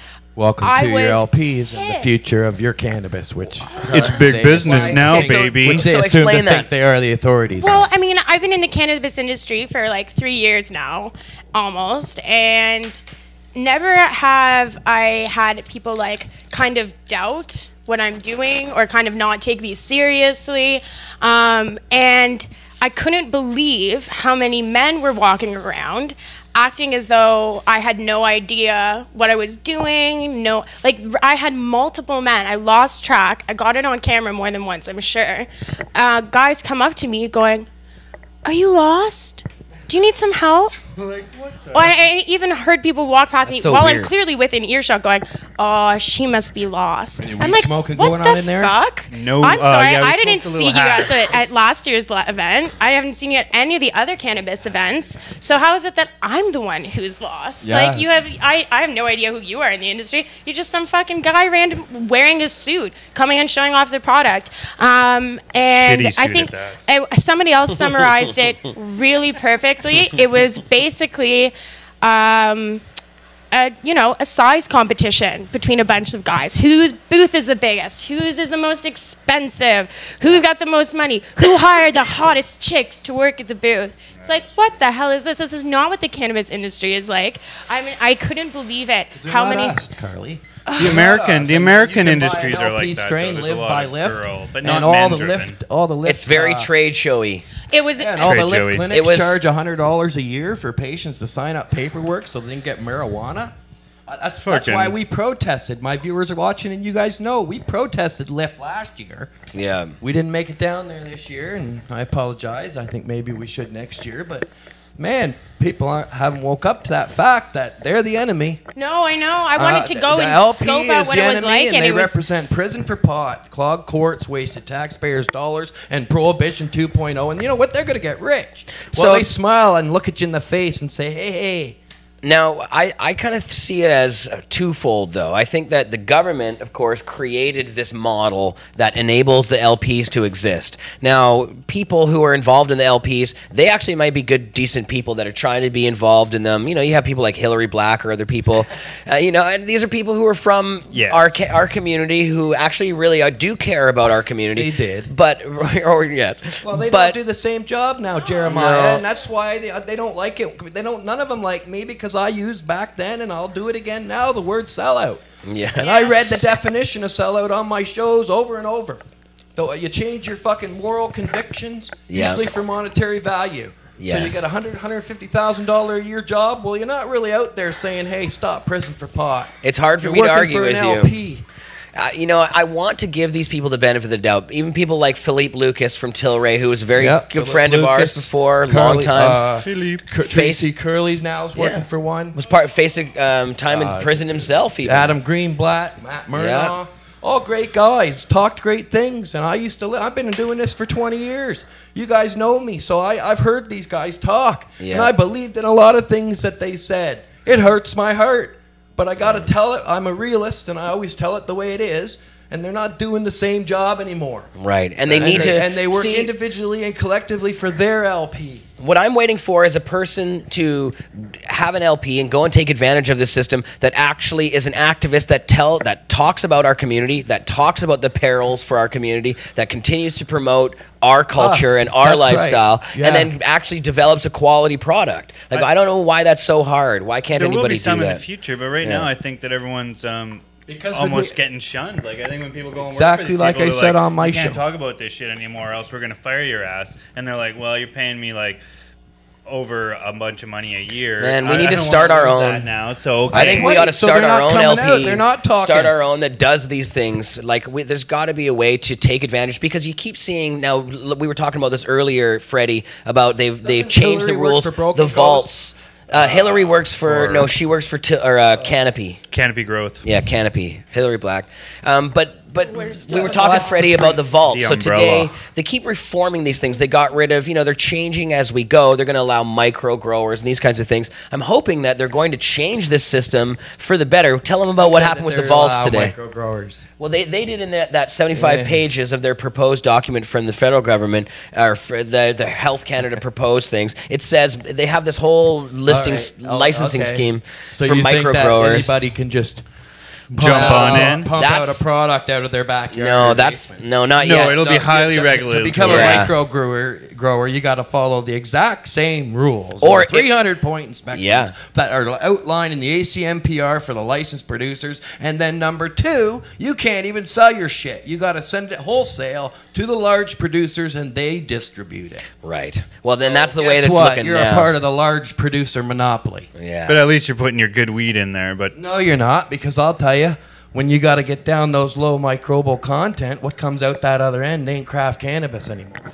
No, but it could. Yeah, it would be craft cannabis. Me, which one? After how many years now? 3 or 4 years? They ain't got it right. Who's got really good weed? I haven't tried any good weed. Show me LP weed on this table from 88 of them now. Yeah. Believe it or not. 88? And a whopping 48 of them right out of Ontario. Ontario is monopolizing the large producer. There's got to be somebody that actually produces good stuff. Well, I'd like you to tell me who it is. Well, like I've seen the truth of the matter is people I who know cannabis, who are patients, and who I listen to, who know cannabis, know that the large producer cannabis isn't as good as ours. But it's the patient who doesn't know. The patient doesn't know about that black ash. And the patient that doesn't know about that taste of chemical and thinks that weed, that's what our cannabis is, and that's a fair representation. And or they're using. And guess what? Hundreds got sick because they didn't know. Yeah. And it's not just a How little many come out of cannabis culture dispensaries? I'm sorry, Carly. I'm on fire. How many people come out of the cannabis culture dispensaries, come back and said they got sick, Jeremiah? None. Zero. And you guys are selling fucking thousands of grams. Yeah. And it's good. It's stuff from people that we trust. That's right. That we know, and it's stuff that we smoke ourselves. Table? That we, this is, and we take good looks at ourselves. Not all of it is tested. Some of it is, but not all of it. So I still represent, and I still stand for patients and quality cannabis. Yeah. And if patients are getting sick from the large producers, and they're on class action lawsuits, so I guess we got a problem. It ain't just Freddie Pritchard piping out his ass. No. Everyone. But yes, and Carly, what were you gonna say? Well, I was gonna say what the really brutal thing is. On top of the fact that it's patients getting sick, the actual symptoms that you get from smoking, the myclobutanol, the hydrogen cyanide poisoning, they are like the worst kind of symptoms you could make a sick person have. Like really brutal flu-like symptoms that make you drop rapid amounts of weight. One guy reached out to me and he lost 70 pounds and he was already really, really sick. As soon as he started going to dispensaries, he started getting a little bit better, cut out all the LP weed, and then now with the cannabis is actually helping his symptoms and he gained all the weight back. So when you have somebody who's already sick and already vulnerable, and who knows, maybe they're using cannabis to, while they have cancer and they're going through something like chemotherapy where you're already losing a bunch of weight. Well, then all of a sudden they lose 70 pounds. Yeah. Think about the potential causes that could have. No, like that could nausea, kill a person. vomiting, headaches. There's a whole list of symptoms. So and I read on my live shows over the course of a year 8 or 9 patient stories where they were all infected. But we know from Wagner's that there's been hundreds affected. Yep. And then there's all those that don't know. They go back to their doctor and it's exactly what they want. they tell their doctor, and the doctor says, you know what, maybe cannabis doesn't work for you, and here's your script, and you're right back on pharmaceuticals. Oh, it's so And true. You're telling me they want you to be on cannabis? Yeah. You think that they want you to be healthy? Do you think they want you off all this big pharmaceuticals that's making a big billion-dollar fucking greed machine? No, Nope. they want you on pharmaceuticals. You're That's right. why none of your doctors, after how many years now of how much research, cannabis is the most researched plant on the fucking planet of the earth. And how much research, and still the doctors, still the College of Physicians, Bizarre. they don't want you on cannabis. Can I ask Freddie a question? Yes, absolutely. Do you think that there's any chance Health Canada included this sort of system that's so restrictive where they have to irradiate the weed to get rid of all the microbes? Do you think that they did it knowing that people would kind of use pesticides and knowing that the weed wouldn't be as beneficial, kind of forcing people to continue to be on pharmaceuticals, not really giving them that natural health medicine alternative that we were promised? I don't know. I'm trying Hard to to wrap speculate my on noodle that. around why does it say on the Health Canada website that they can spray 20 proof sprays now on dried marijuana and on flowering marijuana? How can Health Canada say that you can do that? And you put spray it anything on I'm trying dried to tell you that. marijuana. Yeah. Why would you spray Well, it that's on what I'm dried trying to tell marijuana? people. Or in Ew. flowering up to like week. That is fucking well, sick. till the But end. not a lot of people here. That is not good, Because man. Of this. Canada allows the sale of commercial tobacco. Right. Good point. Yeah. Good point. No, and they did the same thing to the tobacco plant and took a plant that, I mean, tobacco is dangerous even when it's not adulterated. It can hurt you and give you cancer. But at least it doesn't do it at like, half the population some or whatever it carcinogens is. in Yeah. Yeah, it has carcinogens I've in been it. fighting for and boycotting large producers for one of them that very reason. I want them not to be allowed to spray anything on dried marijuana, number one, and flowering marijuana. Yeah. Because of the there's residues that are left ridiculous. on the buds. Because that's the Ew. smokable. I wouldn't We smoke shouldn't that need shit. like an ingredient label. I just for wanted to say- cannabis And with all the I'm different shit also that's telling the world that you would know if I sprayed on flowering marijuana and dried marijuana sitting here on the table and gave it to you. Yeah, I'm you telling taste all it, of you right now, everyone you would wouldn't know. taste it. Everybody watch it. You wouldn't taste that. Yeah. And I've That's had what we did, and we tasted it. Broken we told Coast. everybody we tasted it. It tastes like shit. They said- Me, Budzilla, Harry, in those videos we did. Holy shit! 3 of us standing there got 80 fucking plus years of smoking experience. We all said it tasted like shit. Yeah. Yep. And the 3 from Metrum all tasted of the same chemical shit. So it's on the same thing that they're using. Or was the on all- irradiation or Yeah, whatever. I don't trust the large producer cannabis for as far as I could throw them for anything but their large stocks. I know from having Broken Coast, somebody I know got some Broken Coast. We tried several jars of it. It was terrible. And this Yeah. is supposed to Jody be the was just best in one. here. We just did a video with you a while back at Craig's place, the Craig X show. Yeah. Yeah. And she said it burned her lips. Yep. Well, it does. some it of numbs it. your lips. Yeah, and that's what I tell everyone. I said like the Broken Coast weed is probably some of the nicest looking weed I've seen. It so does look far. nice, yeah. But then when you smoke it, that's it. It's Oh, yeah, done. there's no- there- flavor. There's no love. There's nothing there. Like The thing is too, No. I the shun fact that that weed, they, shun. Shun. the fact that they remove all of the terpenes from the weed shows that Health Canada and the LPs really have no idea what they're doing when it comes to cannabis, because like the terpene effect is so crucial to a lot absolutely, of and people. I don't that's- get high without terpenes. the If I can't research is- taste it, then I don't get high. Even distillate, I'll get so much less high than if I even like rub it against the parchment paper from Terpy Dab's previous, then I'll be high. I Yeah. have to have terpenes. I wouldn't be able to buy weed without any flavor. It just wouldn't, it doesn't really get me high. It would be a waste of Radiation money. evaporates the heads. It's the research, and that's what's out there, and that's what it does. Man, so the terps wow, are gone. imagine that if you're all about the heads, because the heads is a lot of the medicine. The flavors, the aromas, the terpenes hash, you're talking yeah, about are in all those there. heads. You know, and- so let's irradiate and zap that shit down. And I called out an LP.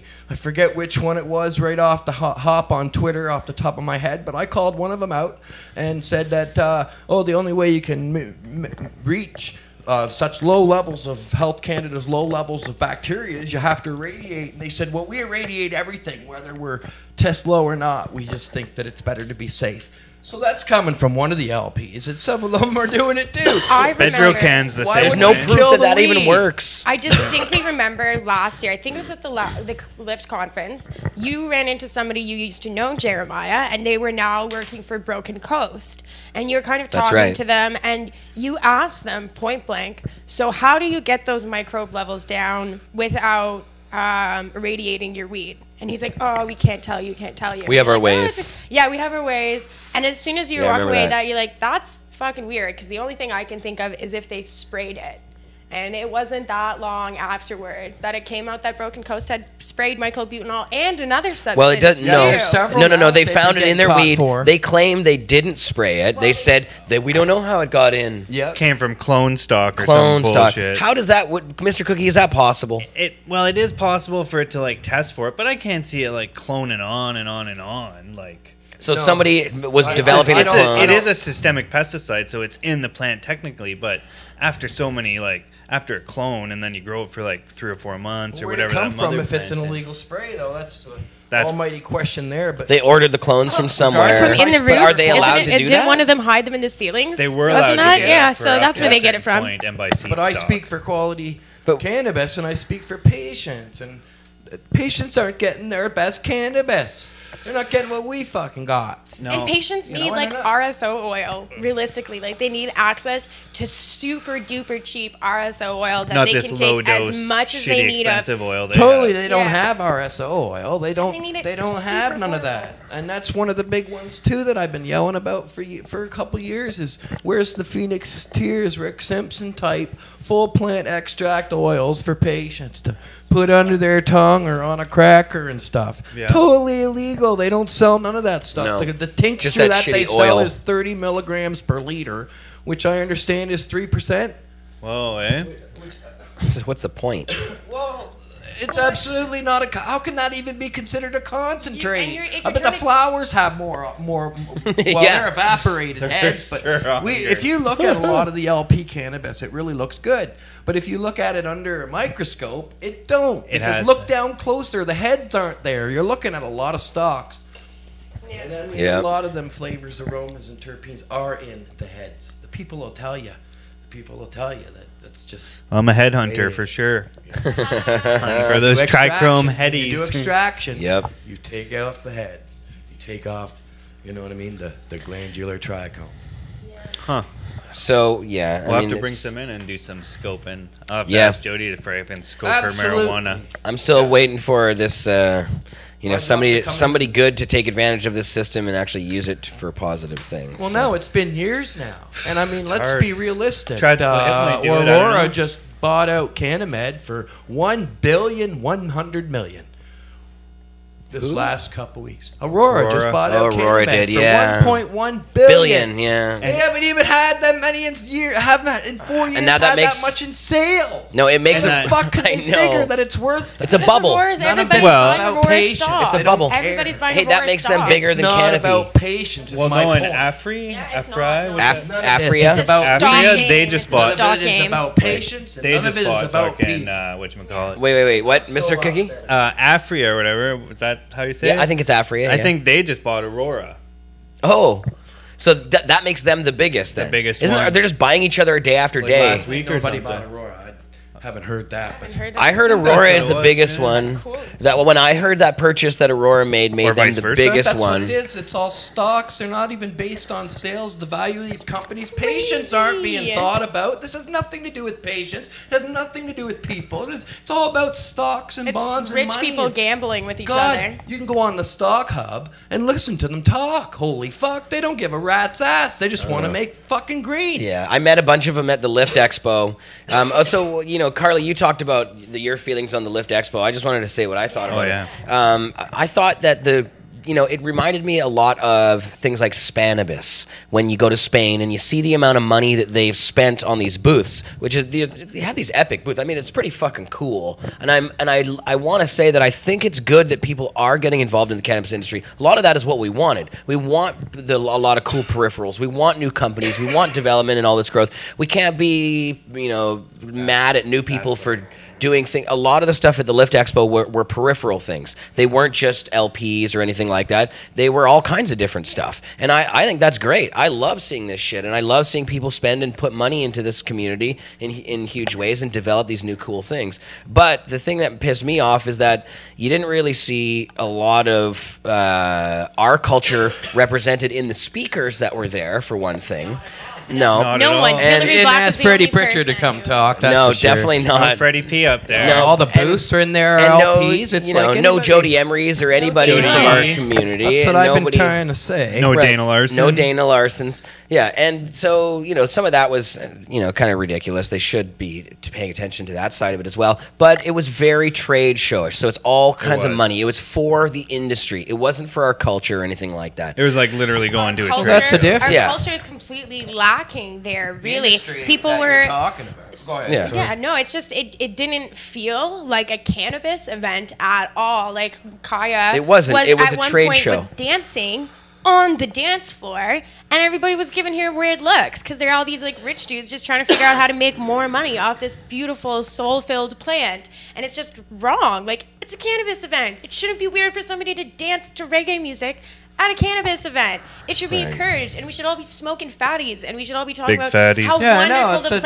plant is, because they're not how we us. can I keep exploit the telling plant. everybody Yeah. that they're not us. It the isn't- shouldn't LPs. be- And it what's can't the real, be about making money. They're going along with the fact that the tax dollars from legal cannabis are going to fund prison for pot, and to continue to put people in jail who outside of that regime have other pot. There's going to be a cannabis tracking system. Yeah. We've been through it. DNA here I don't on think- on for the cannabis. I don't on the think they're 10 gonna be shows able- I did here on Pot TV, where we talked about cannabis bill C-45, Yeah. C-46. I just don't think that they're going to be able to enforce the things that they're saying they're going to do. So it doesn't matter how much money they throw at it. You could throw endless amounts of dollars at it, and it Well, I won't be don't know. enough. Tell that to the thousands of people that are now affected by the dispensary raids. Well, that's true. They will. I just They wanna will say be it. able to do that, and I'm Shout not. out. I'm not doubting that they will be able to Shout go 'em after out. dispensaries. But there's a whole bunch of raids still going on all the What's time. going on this week? Yeah. Raid a day. It's 289. Neil's going to come on the show to talk about Vancouver raids on the open farmers market Yeah, I at know Robson about that, Square yeah. here in Vancouver. So the raids are still happening. But what I'm thinking is that when they try to make particular cannabis legal and other cannabis illegal, the cops aren't going to be able to tell the difference. Even if they have like the genetic shit and all They're that, gonna- that's you never have going to have work. it in a bag. Yeah, You have to yeah. have a special bag, and apparently it's going to have an Yeah, expiration date Neil on knows it. about that. And He's if coming you, on when he got if pulled it's not over in a the while bag back with an on the expiration highway, date, and then the cops it's said- illegal. They were looking for legal packaging now. We're telling them to start looking for legal packaging. Yeah, well, people will just. And the craziest part is they're people putting will just make the expiration dates on packaging. them, apparently. Yeah, so if you people don't make smoke fake your packaging. weed fast enough and you've got an expiration date from a month ago and you get pulled over, then your weed's illegal. They put the expiration dates on so you can't reuse the container, obviously. But then I don't know. what? It's That's like why just so seems ridiculous. too crazy. So in the- And when everybody's growing it at home, Just then you're scuff it allowed off. to have your legal marijuana that you grow at home. How are they going to know that it's And you're allowed not? to do personal extraction with your They homegrown already- too. You said throw but you're money not at allowed it. to That's sell exactly extracts. what they plan to do. They're throwing a lot more money at it. They already gave them a third of $1 billion there. Yeah. A while back, 300 and something. 300. Yeah, you're right. Yeah, 274 Specifically million. Fight the black market in mainstream media all across the country. The cops are saying we need more money because we're going to have to. They're What did just they say buying the when they cops' were talking silence. At the fucking Yeah. committee, when they were doing that, when this bill was going through the House, they're all saying they're going to need more money to fight black market House of activity and people driving on the roads. Which makes so much sense because they were legalizing to cut down on the costs of things like policing. So they My increased version it. of legalization, you would take away the enforcement, and then immediately the taxpayers would save that money right there. And then if Millions. there was just a regular sales tax on cannabis like there is everything else, the GST and the PST, I mean, that's on everything you sell, just that regular tax would generate millions into the billions. Yeah. You know, but for some reason, Kabillions. this legalization Yeah. doesn't go that route. $1 per Totally gram. That's what they're backwards. asking for. That's- $1 per gram. It's a You know, have donkey's you seen ass. have you This is seen the Prohibition taxes 2.0. in California? The recreational taxes are insane. insane. I feel it's so 37% in Colorado. Yeah, Washington's like Yeah. 27% or some weird fucking number. It's like crazy. I looked at the tax I paid and was like, That's "Whoa!" scary. But I was Yeah, like, but "Whatever." you I'm see walking into a people's shop bills and go up buying hundreds weed. of They dollars don't after give they buy patients of themselves this a country couple the ounces. option to buy a quarter ounce for any deal. Man, You when pay- are we you gonna pay- learn? You pay by the gram straight on up.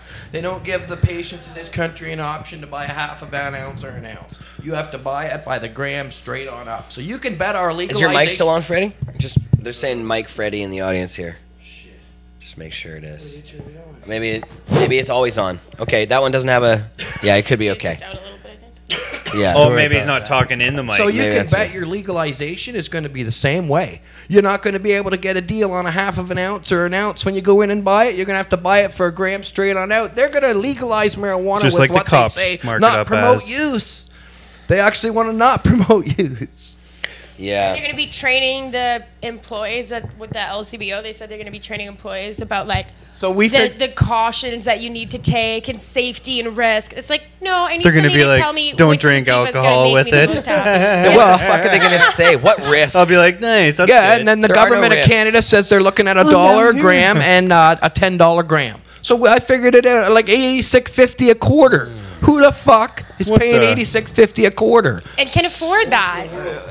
like a guy in no, I wouldn't Florida think or so. something. Back east, it was still $60 a quarter when I left, and out here, fucking, I'm 50. 35 a half quarter or an eighth if you're from Again, the if it West can't Coast. if it can't compete with the black market, then people aren't going to go to it. Not a People are- chance. People Their are just model gonna doesn't even continue to stand. go to the black market. No, and then secondly, what do Well, patients I down face at here. the large producers? You can look at legalization by looking at the large producers. What do they face? They face like on every LP menu. Go to any LP menu, it's the same thing. It's like they're limited. They only all have like 20 strains or 25 strains, and then there's 2 or 3 that are supposedly top THC, and then there's a whole whack going down. There's 10%, 9%, 8%. Fuck, what's this one over at one LP called Bodie McBoat fucking face?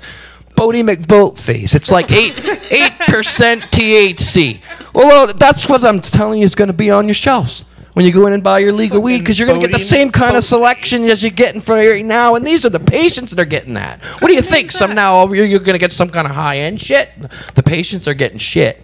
Shit. Bodie The McBoat truth of the matter is, Bodie you're going to get off McBoat of face. shit. I want to order some Bodie McBoat Sure. face. And see Yeah, what I the- know. Bodie Who offers McBoat. that? That's I think nice it's when it Peace works. Naturals or fucking. Come on, my viewers know. My viewers know. They're Shout all it out, watching, and I everyone. want to shout out Bodie to all McBoat my face. viewers who watch my shows. I know I haven't been live, and I've been taking it easy, but I want you all to know that I've been fucking following up on the news. And one of the watching big repeat. ones is the dispensary raids, and holy fuck, 289. And if you do the math on since Trudeau took power, that's at almost 2.5 a day on an average. Holy fuck. Yeah, Christ. and And that's what's at the average cost of the Kurt raid? Tusop twittered on his tweeter that fucking He always does that. said it's better than average cost of 50,000. Ugh. So I figure that out now at around, I don't know, somewhere around the 14 million mark. We're on Jesus. money that could have been sent to the homeless or to mothers or daycare or to help them with their opioid crisis? all kinds of fucking Something. different shit. Yeah, if they can't prove know? some harm, how can they do this shit? Well, that's the whole point of an activist trying to free the weed. Motherfuckers. It's not everybody's Makes me on mad. board anymore, though, Jer, on the same issues. Everybody's, as you can see, and I've been telling everybody, it's a split now again. Oh yeah, It's a split now They because divide and there's the conquer. LPs, the legal regime, those that want to work with them and sell our products that are inside of that regime that are going to work within there at any cost. They're in a bubble, But the though. money that gets generated is going to come right over here and persecute who we are. Yeah. The concentrate makers, edible makers, growers, the $9 billion a year industry people that are in this now making edibles that are not included. Not only that, a lot of those products aren't included. So how the fuck did they figure they're even going to have that work? No. But the point of the matter is they think they- represent prison for I pot, think clogged courts, wasted taxpayers' dollars, and my biggest fucking one, and it rots my ass, ruined fucking lives. Yep. yeah, no shit. Apologies. No, it's good. Let it grip. Freddie needs a rant. It's been a while Does he since need he's a been on bong rip TV. too? Maybe he needs a bong rip. Give this man another. I'm compassionate Give him about some more this. love potion and it's here. and it's hard because I've watched No. 20 years. I've watched our numbers dwindle. I've watched them. I love your fucking passion, dwindle, Freddie. and it's not the same fight anymore. A lot of people, like you mentioned and we talked about earlier, and I said they were sellouts. Well, they're not fighting what I'm fighting for anymore. Sorry. Have you noticed? Yes. So it's like less and less these big corporate events. Yeah. Lift Well, and stuff. You and- notice none of us are there? Yeah. Well, and you know what? Yep.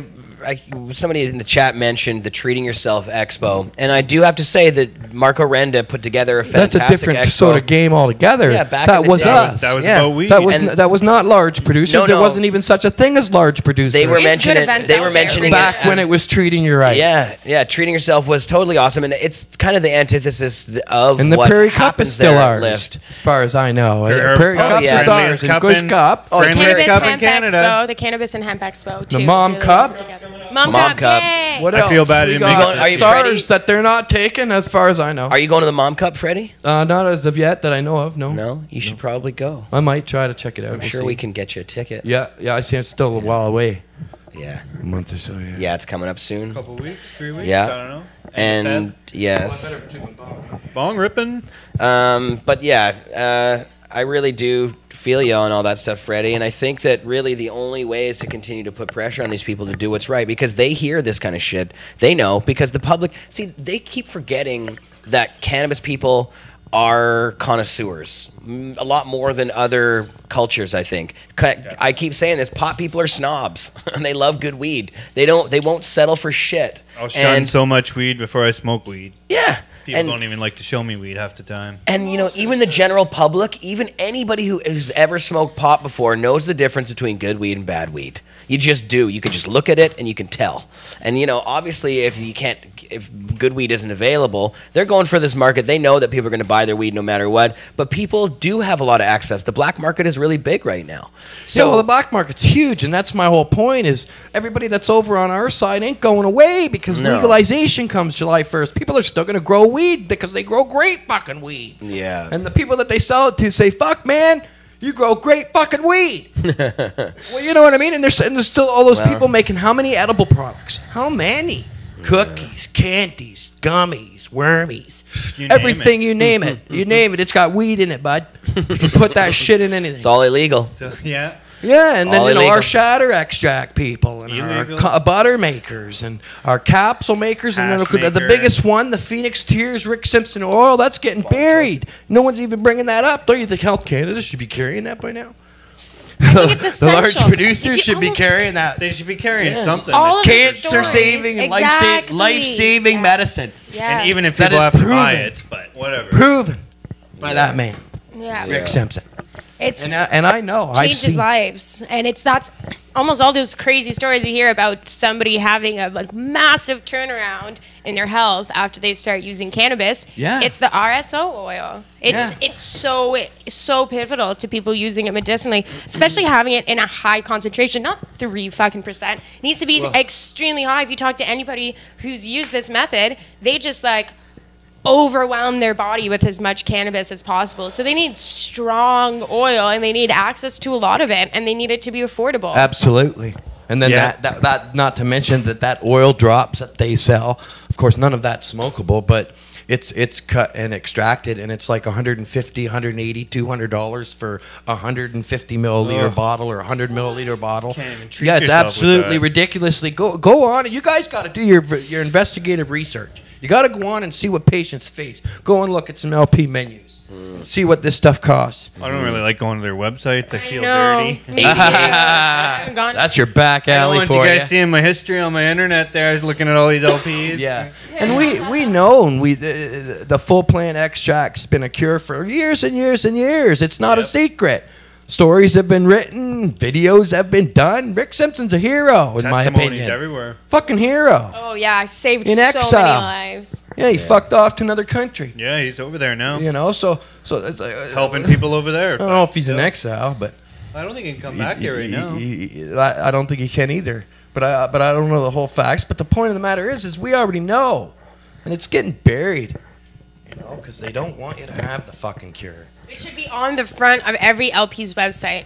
This is what this is for, and it's gonna help you with this. Oh, they tell and you. it should be just. They should make it so Well, they easy treat for their patients. marijuana like normal marijuana, but it's not. they're looking at it going, saying, "Oh, it'll help you with all." You're a these patient things." cookie, right? If Yeah. I'm not mistaken. Yes, sir. Yeah, and you're telling me you've smoked quite a few LPs weeds. Yeah. And what do you think, since you know quality cannabis? What's your opinion? You're a patient. None of them impressed me. There was always something. And that's who about I them. listen to. You know I've what I been mean? listening to patients from day one, and they start writing me more and more There on are social two kinds media. of weed right here. They're not from an LP, and they're growing perfect. There's no molds, no mildews, no pesticides have been What's used. it got your gram price down to? Like, what do you pay a gram? I think I only pay like $5 or something. There you go. Maybe even less sometimes. There you go. know? There you go. And then they don't stand a chance. And they don't even. And you think after 4 or 5 years, and now 88 large producers, that they would have swamped the whole country with a flood of bomb fucking products and a decent price. Let's fucking help patients. No, they haven't done that at all. And it's why don't they have weed like cookies showing off here? Why don't we have weed like those big fat fucking diggity dank sacks of weed over there? Big sacks. And Yeah. those are clean sacks too, so it's like. But not being irradiated, you've got all your terpenes on there. You open up your jar and it's poof. You're like, I oh, open there up we a go. bag of Rockstar Kush in my face, it's like poof. You got the dank, man. I gotta close it up because it smells so much. Sometimes. Yeah, I'm we like, open "Oh, up these bottles from the large producers and there's no dank. No dank. So it's like, well, where's the dank? It's an airtight container Where's with an the airtight dank? seal. We did. We smoked a whole bunch Even of them. even though we found out some of them containers weren't actually airtight at all. Oh yeah, Yeah. that's the other issue. And that helps too to the freshness. Package of the design. weed. Yeah, it really. And then that's why it tastes like shit and there's no terps left because the shit's Well, that's the whole evaporated off. point. Yeah, well, yeah. Yeah. That's the whole point, you know. Weed's supposed to be fresh. It's a produce product. That's Well, It's like I the see- shit you I get see at the you grocery can videos of tell store. some when of you these got a LP shitty safes, apple. and they got fucking can tell when you rows got a nice and fresh rows apple, of right? weed in a bag. For like, you know, these LPs have rows and rows of Yeah. weed in a bag that's there, and that's not enough to like. It should be sold. And I feel bad because so many patients across this country got sick, ill, burnt, ripped off. So many of you that don't know, And you that know. shelf And then they life, tell yeah. everybody that our cannabis ain't safe and all this other stuff. So if you're a patient trying to follow the law and listen to your doctor, you go to the LPs. You get sucked in. You're fucked. Yep. I'm here to educate you as an activist in this country for 20 years. No. We should. I want to. I've like to been do more boycotting the testing. LPs for fucking 2 years, and I'm I'd like to still do testing, asking too. Let's everybody start watching that. and my viewers to boycott the large should. producers, what they represent, and how they fucked patients. Yeah. And I'm sorry, I come across crude and rude. I haven't been on live for a while, He's been hanging out in the forest. but I'm into the business, With, man. I yelling know at- what's going on, and it's terrible. I feel bad for these patients. So, Freddie, when Because are it's- you? That's The who I chat. stand up for, and I can't do anything. The chat And wants me to people ask- abandon you. Freddie, they've been mentioning several times about when you coming back to the air, Freddie. What's going Well, on with all that? I don't know. I don't have any plans in the present. I'm Still working. taking I'm it easy. trying for to a get bit. out of the roofing trade and get into another job line or career division. Yeah. Just because I'm tired of roofing 30 years now. I work and it's getting to be too much getting out there all the time, fucking putting on the rain gear and putting up ladders. Even though I'm not particularly busy right now, but so I don't know, folks. I'm sorry.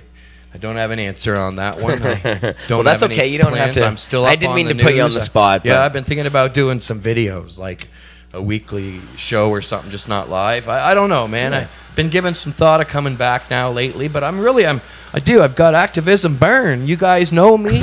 Watching my shows, I go hardcore for 4 hours. I had 119 episodes. I had burnout like 2 years ago. And I took fucking like 2 months off, and I came back and did like a fucking 100-something episodes. So I fucking went like I didn't take a break again. And you can Google it, Google Activism burn, and fucking that was just it. The number one reason for people to get the activism burn is the feeling and the nonstop feeling. Enough that you don't want to eat, you don't want to sleep, you don't want to fuck. That's a bad one. That's one you don't want to have. That you're not making a difference. That you're not. That's the big one with burnout, is that you're not making a difference, and that's the whole thing. I can go on and on and on my live shows, informing people on what's going on, and I've nailed it. One thing after another. Bing, bing, bing. I haven't been wrong on any of my episodes about nothing we talked about through the week, because all I did was report on what they said they were going to do. Yeah. Yep. Well, The bottom line is there's not much I can do, because I believe, and I know you're looking at me, Carly, but I'm going to say it. And I believe we've been defeated. No. Fine-tuned, Not oiled yet. machine of money greed. They're trading buying companies for buying companies for $1.1 billion. You know, they're all stockbrokers, investors. They're getting off, and they're going to control our weed. Yeah. So my point is where's the rest of us fighting for prison for pot then? Because it's going to have to be a whole new movement. Because if there's Prohibition 2.0 now, there has to be Cannabis Activism 2.0. See, There has to be a new group of people who end up getting so tired because there's still clogged courts. There's still wasted taxpayers' dollars. Why is there legal weed and my buddy over here is going to jail for weed? I don't understand it. What about that fucking charter rights violation on your equality? I think what we really need to be pushing this legalized craft cannabis campaign, essentially, and when they make it possible to design craft cannabis and actually sell that through one of these LPs, people will do it. That's not the solution to me, though, Jared. The solution to me is to abolish Cannabis Act Bill C-45 that says 14 years for fucking pot violations. Yes. Well, definitely. How the hell does people think, oh, they're not going to be able to do all that, yet they've thrown more money at it, and they've made a whole new set of rules. Taking a few things out of the Controlled Substances and Drug Act and whamming it into a whole new act called the Cannabis Act, with punishments of up to 14 years in prison for almost everything. Isn't there more charges that you can potentially have placed on you under the new act than there is on the old one? Absolutely. Yeah. Yes, I've sat here. I did 10 episodes. We talked in detail about that. But my point of the matter is they've made and designed a whole new law system against us. And then they're throwing the money at them to do it. To sit back and say, oh, I don't think that they can do it, and I don't mean no disrespect, Jer. Well, I'm not sure they can. But to sit back and say that at this point is extremely naive. Well, yes, I'm not sure. I just don't think they have the capacity to be able to, like, look at, they haven't been able to do it so far. They haven't been able to get the black market. I mean, it's let's everywhere just continue around to, let's look at... They might go after the people like us, like Cannabis Culture, and come and fuck our lives up and fuck this place up and try to close us down and everything. But then we just go underground and we continue to do the same thing in every way that we can. Well, let's look at Colorado for a second there, where... couple months ago, they did a sting on 78 people for trafficking. I read on my show where they busted an illegal garden of 28,000 black market plants and another illegal garden of 13,000 black market plants, which is in excess of, 40,000 black market plants. So I'm trying to see, well, there must still be a black market, because there must be, who's planting 50,000 or 40,000 black market plants if it's legal? So the whole black market thing is going on. Governor Heinluckner, what does he do last year? He signs a bill to spend $7 million, almost $7 million, of the legal marijuana tax dollars to fight the black market.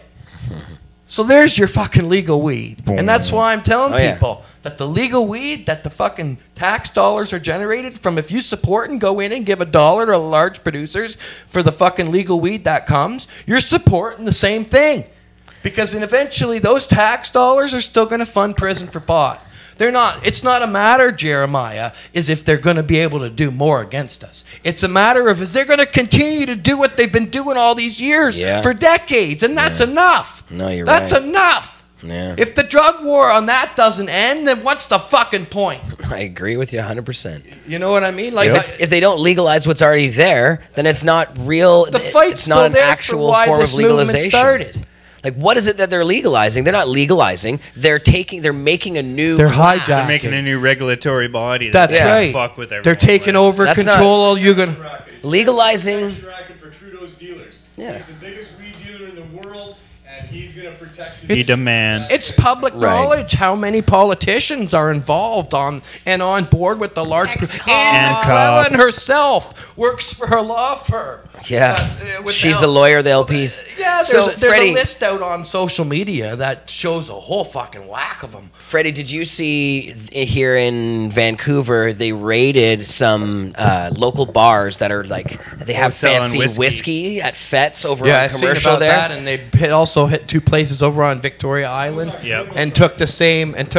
the same Liquor out of liquor, and they just they seized some bottles. Yeah, they of went and whiskey. dumped out 40 bottles of whiskey, Yeah. and they said because here There's in the a province of dispensary British in Columbia, it's not illegal booze. The booze is legal. They bought it legally, but you're not allowed to sell it unless it came from the government, and you bought it from the government. and that's what they mean by. A And lot that's of what people this said, "Oh, new Freddie, system is going to be they too. had- Well, they They're gonna, had in a- order to be, just hold on a sec. In order to be a dispensary in the province of British Columbia, going forward with these new regulations that John Horgan and these guys are putting forward, where the BCGEU and the liquor store is going to be heavily involved, we'll have to buy cannabis as a private dispensary. Yeah, We'd have from to the buy large cannabis producers. from They're the wholesaling. government. Yeah. and the government will buy it from the large producers. Yeah. You can guarantee that. Yeah, actually, three over New Brunswick and another province just recently all signed deals with large producers. Yeah. another Well, and one just recent- they're doing that. But I'm Yeah. hoping, and it's possible that the BC government might even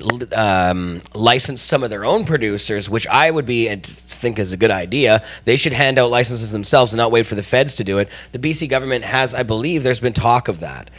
So that might be something. So there might be the chance here in the province that we'll have more control over things. Well, a lot of people got excited when recently they said, "Oh, they're going to allow private stores." I think in Saskatchewan, or maybe it was another. another Saskatchewan, Saskatchewan. and British You gotta Columbia. understand it, they're going to be legal.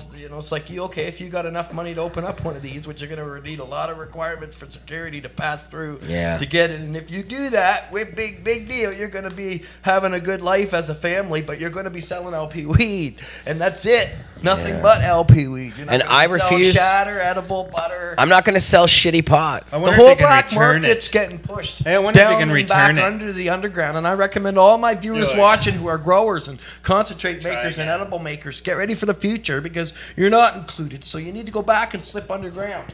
Bill Blair most recently said, in something that I read, is that they were going to spend money on going after online, and they've never said that before, and I've always been first on stuff. What did he folks. say?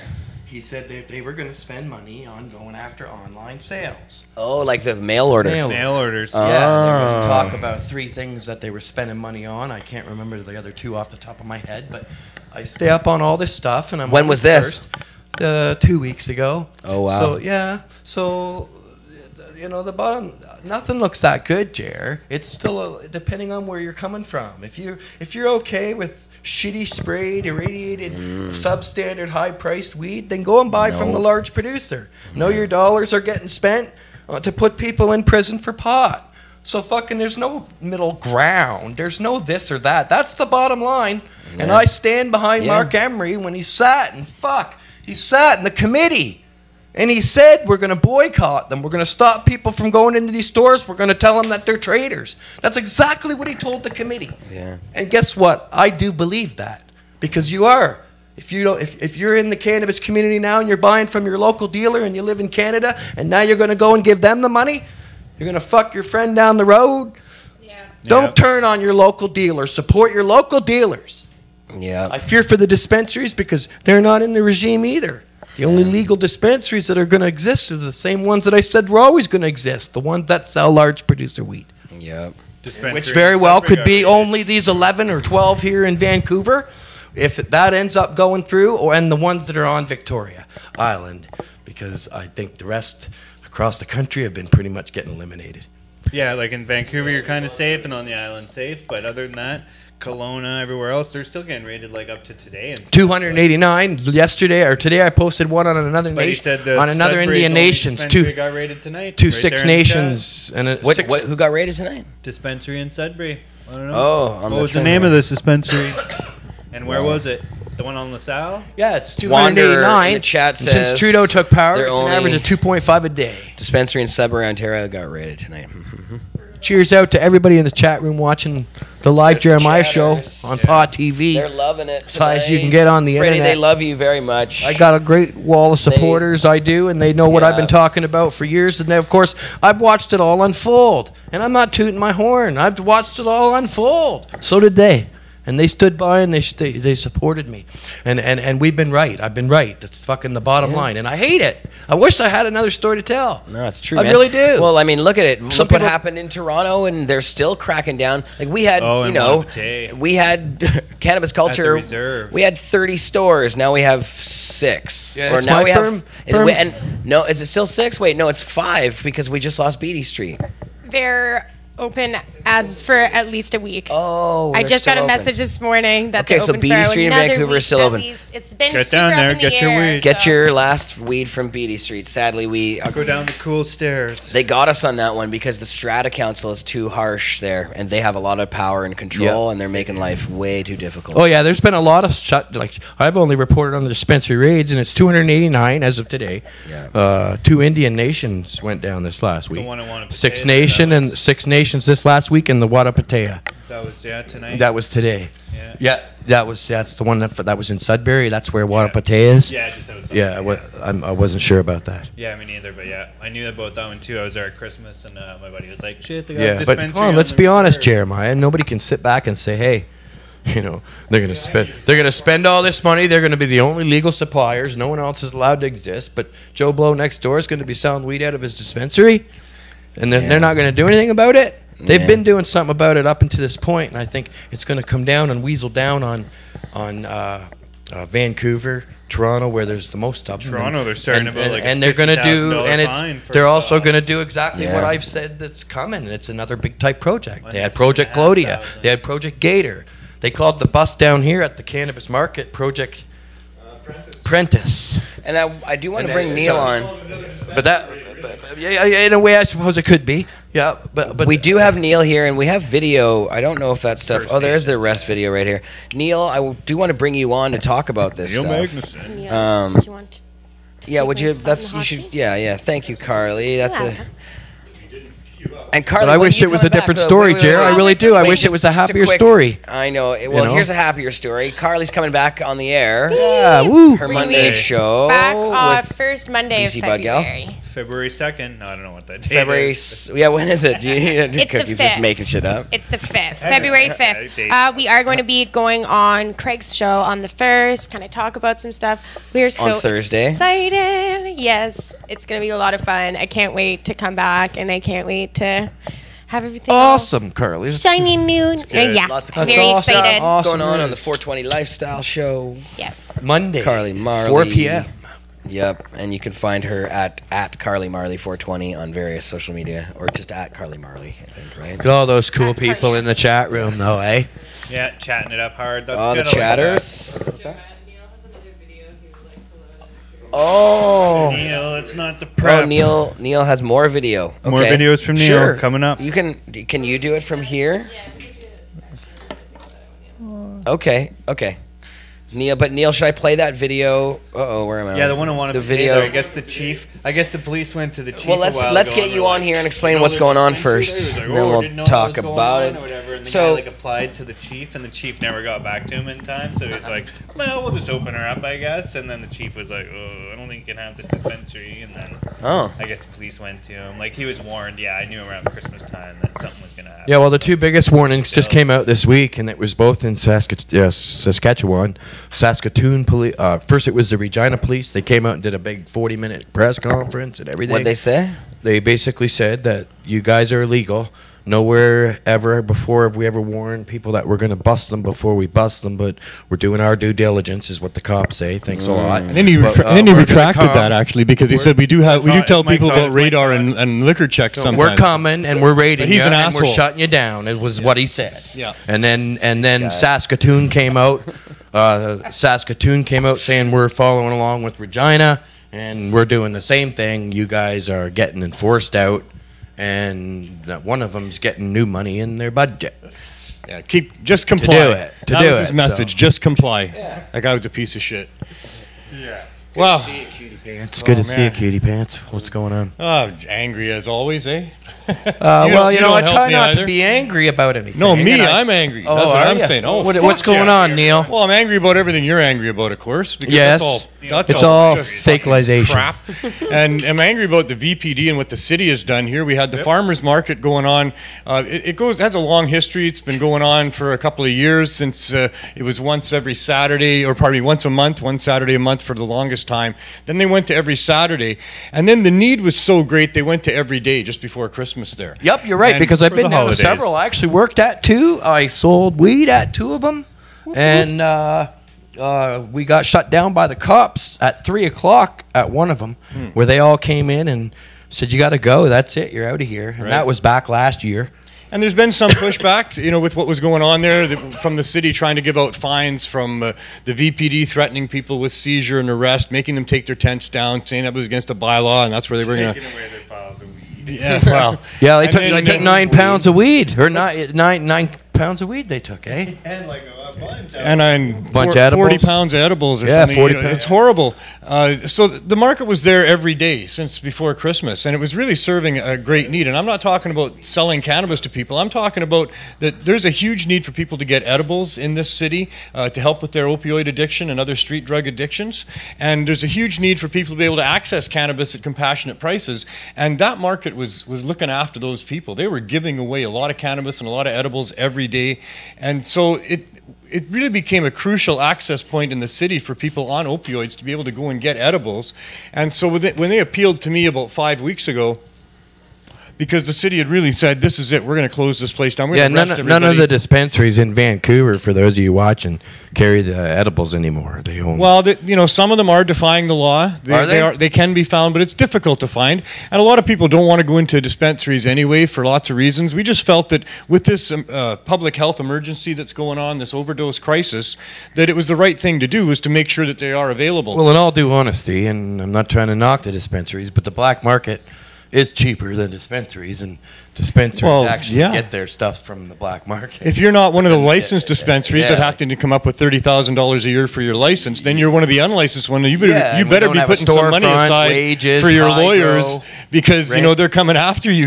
At some point. So it's not all that lucrative to be a dispensary anymore the way it was. The regulations took away 7 or 8 of the different revenue streams that they had going on, and so we've been there. And I started taking part in this market about 3 weeks ago myself, as far as being a vendor there. I did it with the Cannabis Substitution Project, and all the vendors there, well, except for one, embraced our project and wanted to help people get access, and we're giving cannabis edibles away to people as they would come up during the day. Probably about 100 edibles a day have been given out since I've been there for sure. Yeah, I promoted and talked about what you were doing there with your edibles program, and the giving Cannabis away Substitution Project is at Vandu every Saturday, and we give out about 800 edibles there to the That's people that line up fantastic. and get them. Saturday at what time? Noon on Saturdays at Vandu, Yeah, and that's yeah. between Dunleavy and Gore on Hastings Street. It's amazing how we've come, because all this time up until now, they are, not for us, but for them. Oh, fucking cannabis is gateway drug. You start with cannabis, next thing you know, you're shooting hair, you're shooting China white. Yeah, well, that myth and has been destroyed. The truth of the matter is cannabis can be an exit drug. Yeah. For a lot of people, It's that are far trying to more get an away exit from drug. these hurdles. And a lot of things, tobacco, hard drugs. Absolutely. Yeah. I mean, there's some people whose truth is that cannabis led them down that road, but the far majority of people have a story that cannabis helped them get off of those hard substances. And, Well, and that's prohibition. They didn't go down looking for marijuana That's or right. finding those other drugs. They found them because the Absolutely. drugs were grouped together. And once you're a criminal, you're a criminal. So if you're I'm a going to use this criminal. drug, you may as well use that drug. And they certainly lump them all together for people. So, but that's another story. We've been giving out edibles there at Vandu for 49 weeks straight there. When the farmers market 5 weeks ago was threatened with arrest, I went there, talked to the vendors, and decided that I'd have a presence there, and we would help people get access to cannabis I knew you through were the down there, Cannabis actually. Substitution Project at Robson Square. So that's what we've been doing for the last 4 or 5 weeks there. But apparently before I started doing that, they began this Operation Apprentice 6 weeks ago. They investigated people there and decided that they were going to shut it down. The media is really responsible in a large part too, because especially CTV telling stories stories of violence and thefts and sales to minors and all sorts. And there was very what they little printed of in that. the paper, they printed like about 40 people's comments in the paper. That's what the fucking article was. 40 people's fucking comments, but holy fuck, some of the comments were like generated just by off the wall. What way people think about cannabis, Neil. I mean, I know we're passionate about cannabis and we love it. And I know you know its powers, and you've been around it a lot of years, just like me. Together, we're two old farts. Well, we're doing the right thing there for sure. But the truth of the matter is, the people that aren't in our circle, who don't use cannabis and who are actually a little anti-cannabis, are totally fucking misinformed. Undereducated. They're misinformed. And misinformed. And that's the majority. That's the majority of people, and especially if you'd be surprised, a lot of drinkers. Yeah, probably true. A lot of drinkers. I'll tell you. The comments that you're talking about are losers and the comments you're talking about are. You're laughing, Cookie, because you know it's true, right? It's so true. But those comments are generated by a media that's been very biased and telling these lies and spinning it that way, and that's why the general public thinks that was just a bad market of bad people doing bad things. And the mayor was cornered by the media twice. That's right. He made some bad comments. He said, we're going to do something. We're going to do something, and there's going to be enforcement, basically. And what I heard. Sure enough, they went down there and they raided him. So that enforcement happened last Sunday night. That's when that enforcement happened. They swooped in there with about 10 police cars, and they arrested or put into handcuffs all the people that were there. They took away 4 people, charged them with trafficking, seized tents, tables, and a whole bunch of product that was there. The mayor again and said, hey, they reopened again. And the mayor's like, oh, I didn't know about that. I'm just getting in for the day. I didn't bike by there this morning. Well, I was there the next day. We set up. I was one of 6 vendors that put our tents up and stood there defiantly, almost daring them to come and talk to us, and asking them, and through the media, which was there, saying the police should just be talking to us. We're mature adults here. We think we're doing the right thing. Come and talk to us. No, they've said now pretty much clear their side of it. So about 6:30 that Monday. At about 6:30 that Monday, we got reports that the police were staging in lanes around Robson Square where the 6 of us vendors were. So we decided, let's pack it up and put it away and come back tomorrow and fight another day. And so we did that, and there is some video of that. Can we play that video right now? That's in there. Okay, the second one that here. I put in is Robson Square the following day. So they're going to deny people access to medicine? No, that's today, actually. They're going to use tax dollars to keep people from having access to cannabinoids? Shows that's at Robson This Square. is your tax They've made it pretty dollars clear, though, on the media even has made it pretty clear that they're going to remain a strong presence down there. That they've been working for 2 months on this project. This was at and they call it Project Apprentice. Yeah, we set up at Davie and Butte today. We put up our table there, and they're now seizing off of my table. This is the cannabis substitution right there, table. folks. She was really harsh. She came over and said, and poked her head around when I was talking to her. She says, "Oh, you're selling here, are you?" No, and I said, "Well, we are selling to support the project." She goes, "Well, that's fine. That's all I need to know." And I said, "Okay, so you're going to arrest us then, right?" She goes, "I didn't say that. You're putting words in my mouth. I didn't say that. Are you in handcuffs?" They're taking your stuff. And I said, "Well, it sounds to me like I should be afraid of you." And that was my point. They're taking your stuff. Well, that's my personal jar of weed, and that's what I told them. I said, "That's not out on our table. That's in a bag that's on beside my box." Play-by-play, Hot And TV. there he is dumping it out. He just dumped the weed into that bag full of all the other edibles and stuff that we had on our table. Again, this was today? This was today, yeah. Yeah. Where are you? 2 o'clock this afternoon. You're down at Davie and Butte. I'm filming this, and we're at Davie and Butte right now. There's about 10 obviously a lot of people don't know, but they might be watching. There's that famous rainbow crosswalk. Yeah, we thought it was a good place for outreach. You know, there's a community there that are struggling with addiction as well as most people or most areas in the city. But this one in particular had a very nice area for us to be in.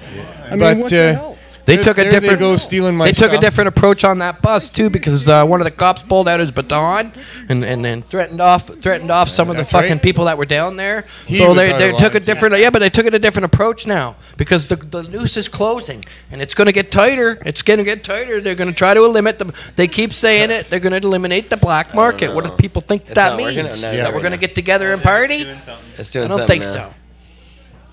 This is a person who's being denied access to his edibles. This is the other table that was set up there. That's Dave Hill. What were they selling? And Dave's in handcuffs. Mostly edibles. They had edibles. So they had cannabis products. They had cannabis products there, yeah. And I don't know if he had any flowers or not. They got him in cuffs. They got him in cuffs, yeah. Yep, and he was arrested Sunday night. in the main raid. He was also, jail. threatened to shut down at the convention center yesterday, and today he set up there with us. Last night on his way home, they arrested him again. Why didn't they arrest you? Seized another pound. I don't know why.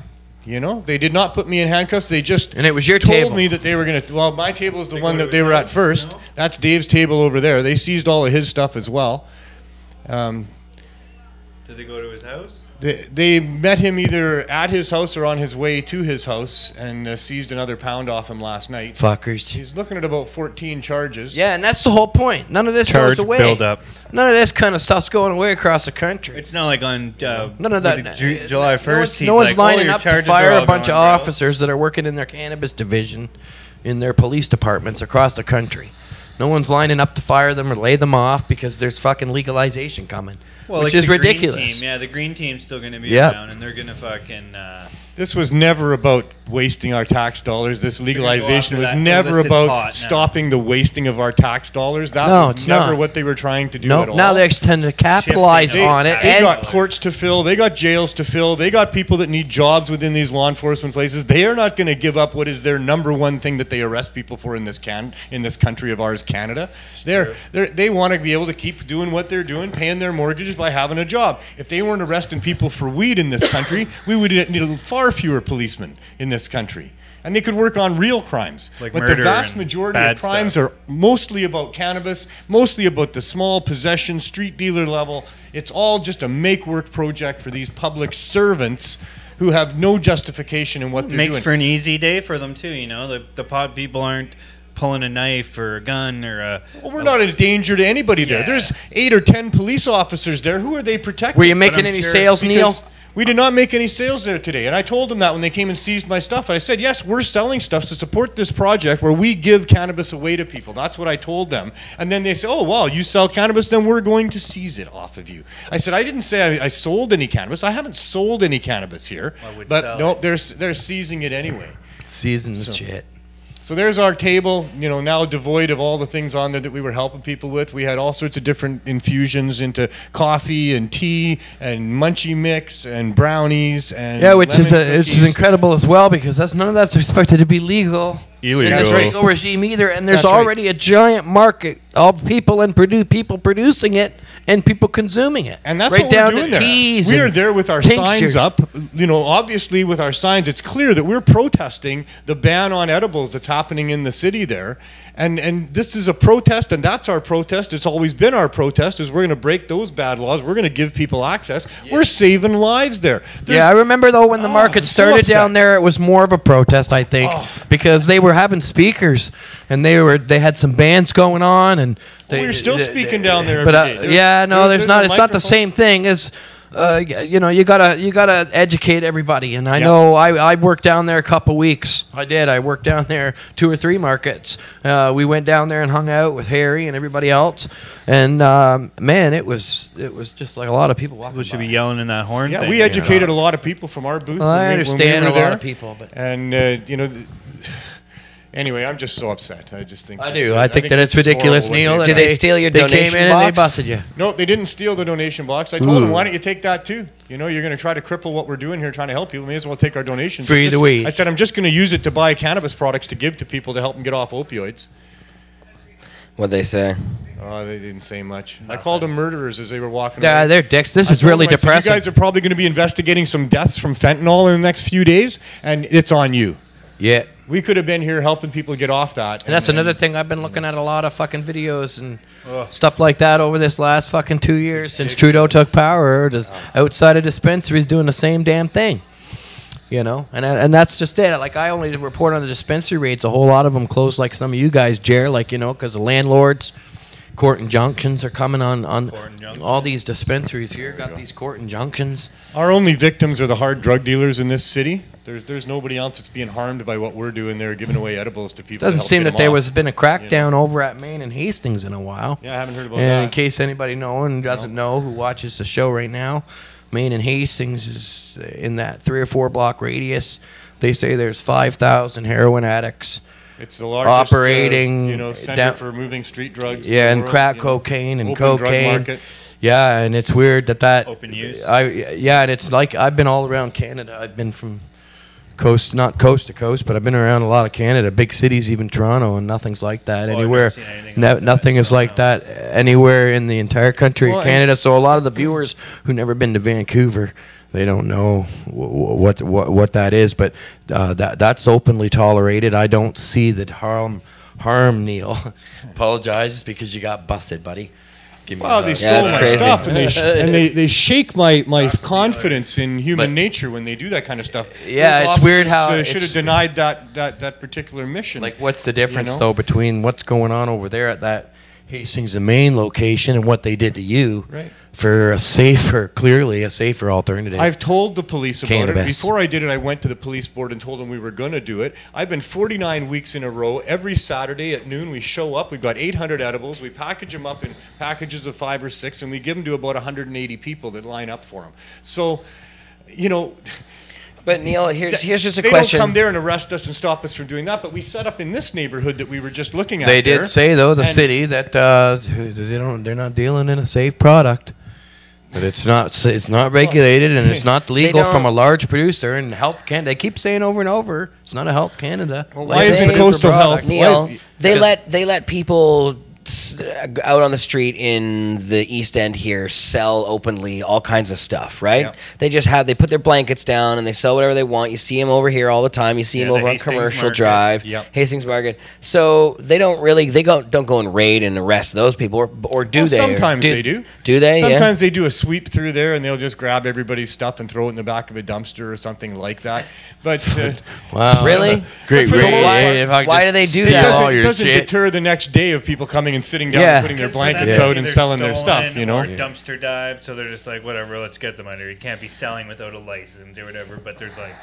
So it's not just cannabis people who have to deal with this kind of shit. Well, and then you two. It's not like this type of an effort. It's not like what they did to us at the Robson Square. It's not a small army of cops today, and bringing in all those officers to deal with just two of us vendors that were and I call us vendors loosely, although we are there to sell things, and that's what I told them. And once I told them that's when they decided to seize all my stuff. I shouldn't have said that. I guess I shouldn't be honest to our public servants about what our intentions are. Well, wait, but in all honesty, what about getting a permit? So in a city like this, if everybody just set up any kind of market in Robson Square or something, the city might have to enforce this against them as well because they don't have a permit. Like if I went there and sold running shoes. Right. I disagree because it's very similar to what you're doing, Jer. Just in a dispensary. Yeah. And the comparison to him selling a safer alternative to the Hastings and Maine people. Yeah. And to you people working in a dispensary. Yeah. And the farmers market selling weed. All access points. Yeah. One's for very different drugs, mind you.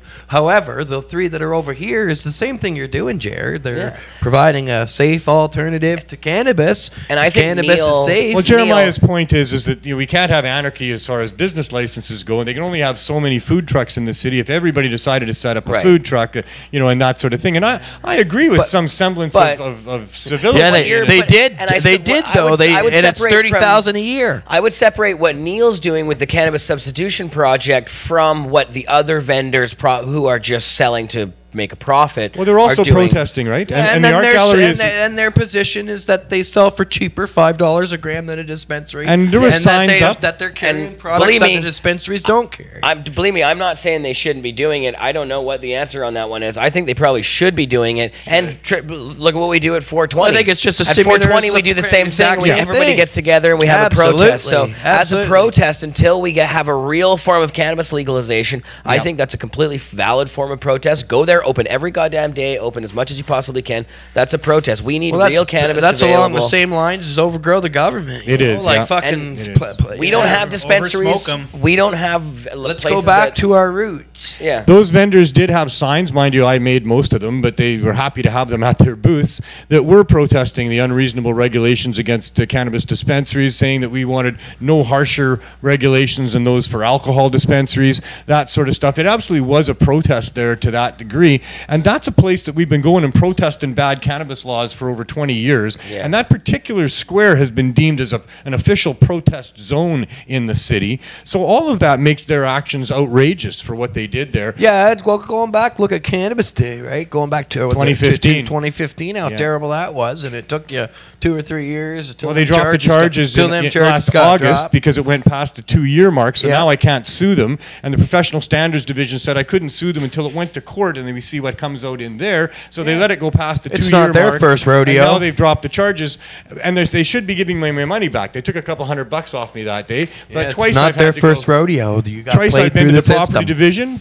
Twice or 4 times like the you in that prosecutor system. said your money's there, and they haven't given me my money back yet. They You still were part say of the it's not system there. that clogged the courts and wasted taxpayers' dollars, didn't you? Yeah, right Well, before no, I Prohibition wasn't. You were ended. inside of that big fish. That's exactly what it was all about. Everybody I involved with became your part of that. Everybody involved with your case. All we were trying to do was stop. Wasted taxpayers' dollars. Well, we were trying to stop the wasting of taxpayers' dollars. That's what we've been looking for all along. I know That's one we of our have. biggest issues is these dollars Let's of ours go are back precious. to our roots, I don't man. like having to pay so much in taxes. Stop wasting them on busting people for drugs of any sort. That's right. But absolutely marijuana.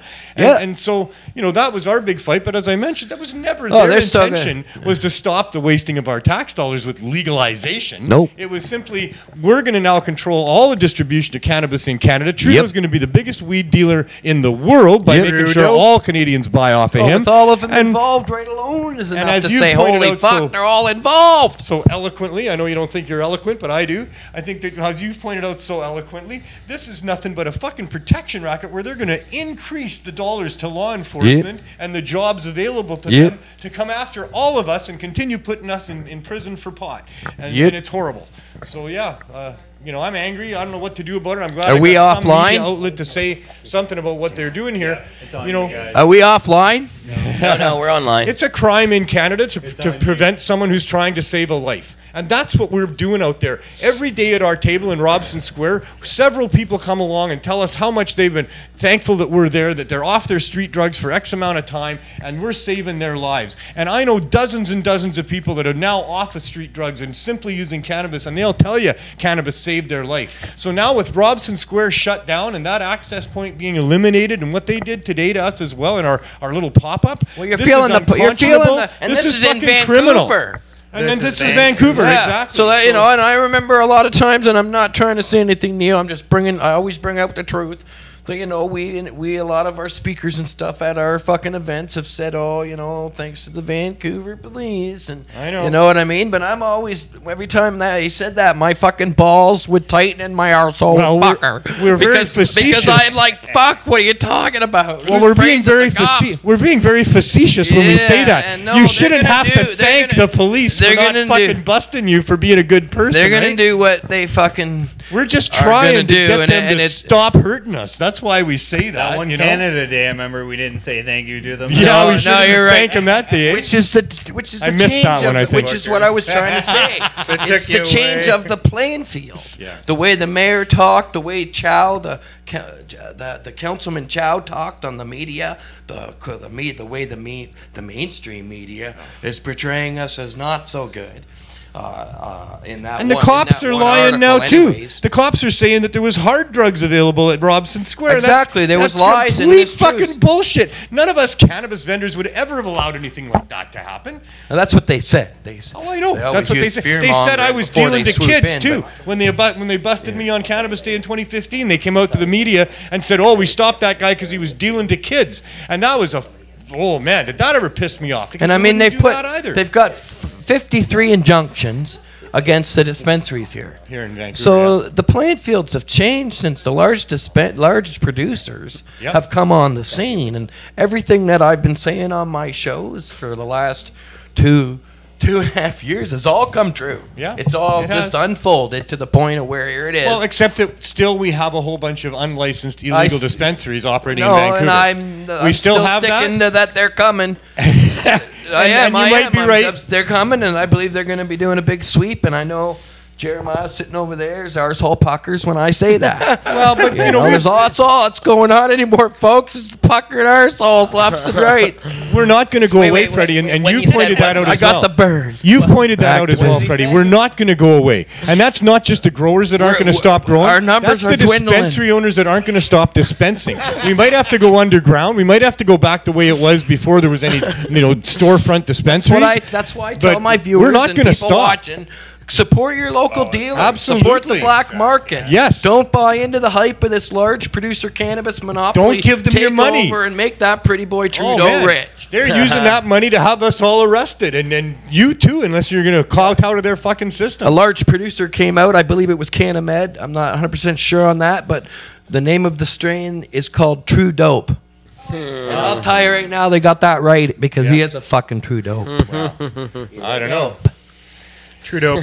He's a nasty I'm sure bastard. he's watching the show right now and his asshole is puckering. Well, okay, you, Trudeau, are a nasty pretty boy. bastard. I don't think you're such a dope because you don't give a shit about people. That's what makes you nasty, and maybe you're a dope for that, and probably because it's better when you like and help people, right? But you're fucking rich. You're gonna get rich off of us. You're a bastard. That's all I can say. He lied to me. Yeah, well, no, I don't have a problem really with them existing. Like, here's where it comes up. Everybody's like, oh, everybody should be included, and I come up to that to a point because obviously none of us are included. So let's drop that right now.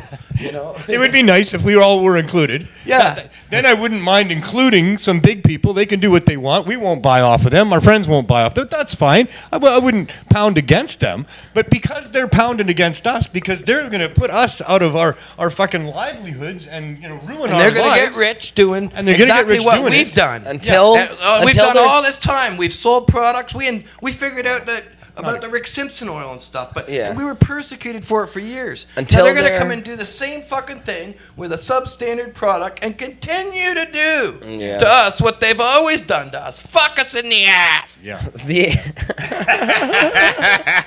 Well, it's true. Until there is an LP who fights for real legalization for everyone, which means growing as much as you want. Which is my last point too, I suppose, Jeremiah, is why has never one LP, 88 of them now, why has never one LP come out and said, stop fucking prison for pot? Stop clogging the courts. No, these fucking 300-point inspection rules by Health Canada sucks. You know who because just it did? does. Privateer just did that. An LP ever said Did you see this? Privateer Holdings, whatever. Did you see this? They just came out. No way. No, I'm serious. I don't buy it. They just came out and said they gave a bunch of money, and they say that the drug war is wrong. They want reparations and a bunch of shit like that. They're one of the worst. We'll talk about that on some next week's LP show. is going to start doing the right thing. Hopefully, I suppose. But Privateer is more like pirateers. They're like Tilray. I believe they've had a recall before. Yeah, they have. Yeah. I don't know. Don't they own like other stuff though? I can't even remember now. Privateer Holdings owns a few, and they own the barley. They own the Marley. They own the Bob Marley sons. Oh, Bob Marley. So maybe they're not that bad. Maybe these are decent guys. Maybe I suppose maybe it's a step in the right direction. Yeah, I think. Let's see if it stops. And because my point is, cannabis C45 is a fucking piece of shit. Yeah. It makes it worse. It gives them more powers. They're going to spend more money. They're going to get new tools. So if none of whatever was going on before even has any inkling of stopping one bit, big deal. You're not going to get you're allowed to carry around 30 grams of shit cannabis. Yeah. and it better be in the right packaging. The cannabis tracking systems. I just read a thing right now. They're going to be tracking seed to sale, and they're going to be spraying an inert spray onto the cannabis, so that all the cops have to do is run a UV light over it to see if it's actual LP weed or not. And if it's not LP weed, then they take some for a DNA test to see if it's some black market. I've seen all about that. Yeah, that's part of some of the cannabis tracking systems that they're going to put in place. Whether Health Canada follows that route or not, I don't know. You know? So if you grow your own, I guess you're okay. But if you got some weed And I off of still somebody stick to the that's fact in that- their files as a black market grower, Yeah. then now you're in trouble. And in fact, they'll also charge you with conspiracy. Yeah, and how about that for equality? I heard Manitoba's not even going to allow 4 plants. Yeah, your tax And if dollars you've at got to work, grow eh? the 4 plants, that's got to be legal too. Well, how the hell are they going to do that? Well, there's part of a cannabis tracking system, and I'm a firm believer, and I've been telling everybody that watches what I say, there's going to be like rings you order up. When you order your fucking 4 clones from large like producers, Colorado and stuff like plant that, they got fucking the rings tags. that are on all the plant rings with barcodes and shit. Plant and you're tags. gonna, Yep. Yeah. I also believe that anybody who's going to grow those 4 plants has to do licensing and registration and then get a fucking And a little get inspection, a maybe? permit. Yeah. Well, yeah, because now they know your name and address, and you can come by and have a look because of the whole section Yeah. in the searching and the licensing of section. What a scheme, eh? All right, they hey, got everybody to buy into their program, The to inspectors. register, to be a licensed growers, to be legal, and now they turn it around like this. All those people are on the registry. They Yeah. can just go after them as So, they choose. A lot of people are like, Just oh, it's line going to them be up. freedom. But no, all that's coming into play, and I believe it. guys look like I believe citizens. it. Big firm believe on it. Check this And- out. And a lot of things have been coming Who are into those place. guys? So this Yeah, is they also own Leafly. They do own Leafly. Yeah. And this is their press release about what they're doing here. Privateer Holdings, Leafly's parent company and the world's leading private equity firm investing exclusively in legal cannabis, today announced the completion of its Series C funding round and a pledge from the firm's founders to donate equity equivalent to $5 million at the firm's current valuation to help communities harmed by cannabis prohibition. And so these guys, it says here, let's go down here. By prohibition. Well, that's interesting. So they're building this fund, and it will increase as the company increases its value. This fund gets increased as well. So they're starting with $5 million in personal equity as well. It says in addition to announcing the close of this round, so they're raising $1 million in new funding, brings the firm's raising to $200 million. That means they've raised all this money, and they have a whole portfolio of cannabis brands, so on and so forth. But it says. It's a play, Jared. But It's a listen- total play, but buddy. listen to this. It's a Well, large it's a play. producer tooting a horn so that people can start liking large producers because they But don't. that's okay. That's what we want them to do. So if they come out, this is exactly what we do and what Well, we want let's other see. people to Let's do. wait and see where this money We can't goes. question. I can't question their motivation. This says Privateer Holding founders Brendan Kennedy, Michael Blue, and Christian Grope pledged to donate shares of their personal holdings in the firm to support communities that have been harmed by cannabis prohibition worldwide. Currently equivalent to $5 million, the value of the equity pledge will grow over time with the value of the firm. The equity pledge will support organizations committed to addressing the social and economic injustices of cannabis prohibition, including campaigns to legalize cannabis, clinical research study the potential therapeutic benefits of medical cannabis, efforts to educate the public about safe and responsible cannabis consumption, expungement of non-violent cannabis offenses, expanding global patient access to medical cannabis, and more. That's all good shit. That's all. Yeah, I know. They're Can't- always talking about the expunging. There was another That's talk good. about of appeals, but just so everybody That's the gets it first crazed, time- they'll be talking about somebody who That's maybe had amazing. 30 grams and under. First time I've ever heard any You got caught big with company if you got caught with a couple asking for kilos of expunging weed, records. good luck. That's great, though. That's like exactly what we want them to do. Well, we'll wait. I'll be a skeptic because Yeah. I'll wait. This is way too early to predict. I'll wait. Never, I'll wait ever- to see where we watch this money Don't go. ever end Yeah. your skepticism. We gotta wait Ever. and see Yeah. where this money Ever. goes. but at least we know Privateer is trying to do something. Oh, sure. So there you go. Just Instead let's of always be calling for the skeptical. No, arrest- I ain't See, sitting a lot back of and the- a lot kissing of a the- llama's ass. So if you were, the bottom line is tax dollars are going to be funded from the large producers and anybody in that regime to keep it going on us. You go in there and you buy a gram of cannabis, $1 of it could be going to it. So it's like, I'm not going to toot my horn for Privateer or Broken Coast or No. Tilray or Aurora. Well, They're all the same to me, Jeremiah. Yeah. Are you looking for one that's the golden angel? No, well, yeah, actually. Or yes. you know, I'm looking for more They've than had one. recalls that have affected and hurt Well, wait patients. a sec, though. What I think is important is that if people are doing the same kinds of things that we're doing, we need to appreciate them for doing that. So whatever their motivations are, which, I mean, if I'm being cynical, yeah, it's probably because they want good publicity. But I don't give a shit. If they're doing this and they're actually spending it on good things, that's what Well, we let's want see them how to they're do. going to spend this drug That's what we war. want them to do. 'Cause That doesn't mean they basically that doesn't are mean the- they might not do bad things on another side. They might have myclo in their fucking weed or whatever. I bet you the know. money goes to people that are going to lift and stuff.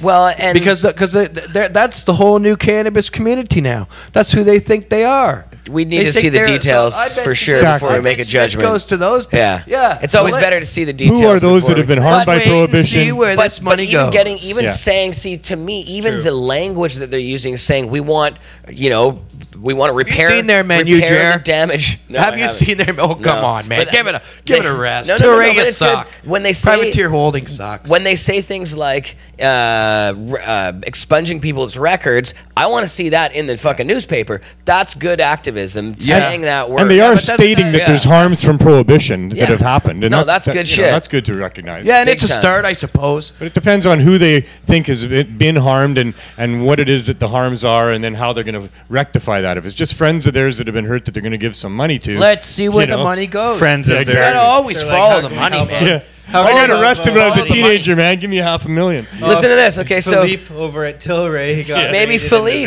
Vicks. That's Yeah. maybe Philippe was able to break through because so Philippe would break at through. the no listen to this. So at Lyft 2 years ago, so not this year, where you were there. Remember, you guys were outside and you guys were protesting. Yeah, I And- protested Lyft last year. and, Philippe I Lucas still was felt there. the same way about it this year, but I didn't protest it.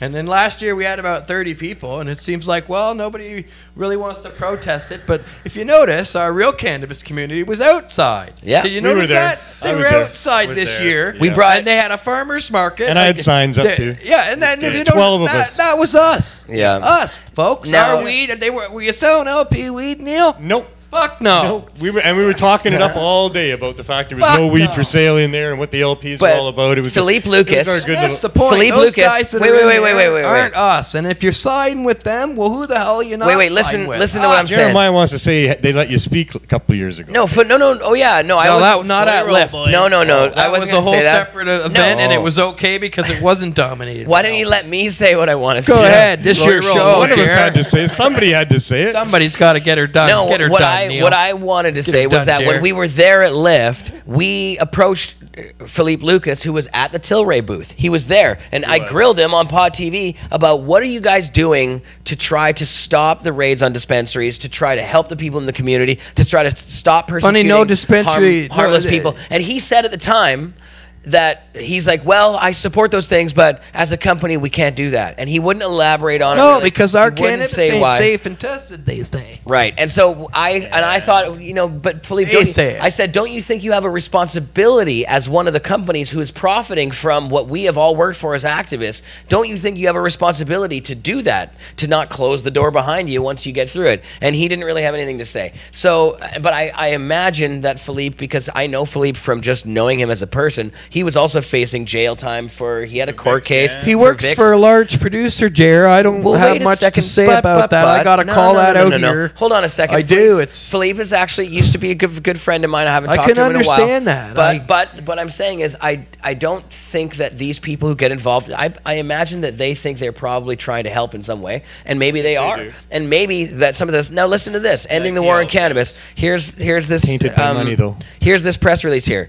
The war on cannabis is wrong. Privateer founders Brendan Kennedy, Michael Blue, and Christian Gross said in a statement. It has made criminals out of millions of peaceful citizens. It has led to the incarceration of a vastly disproportionate number of people of color. It has squandered trillions of taxpayer dollars. It has empowered organized crime, promoted violence, trampled human rights, stymied science, and caused countless patients to suffer when natural medicines were close at hand.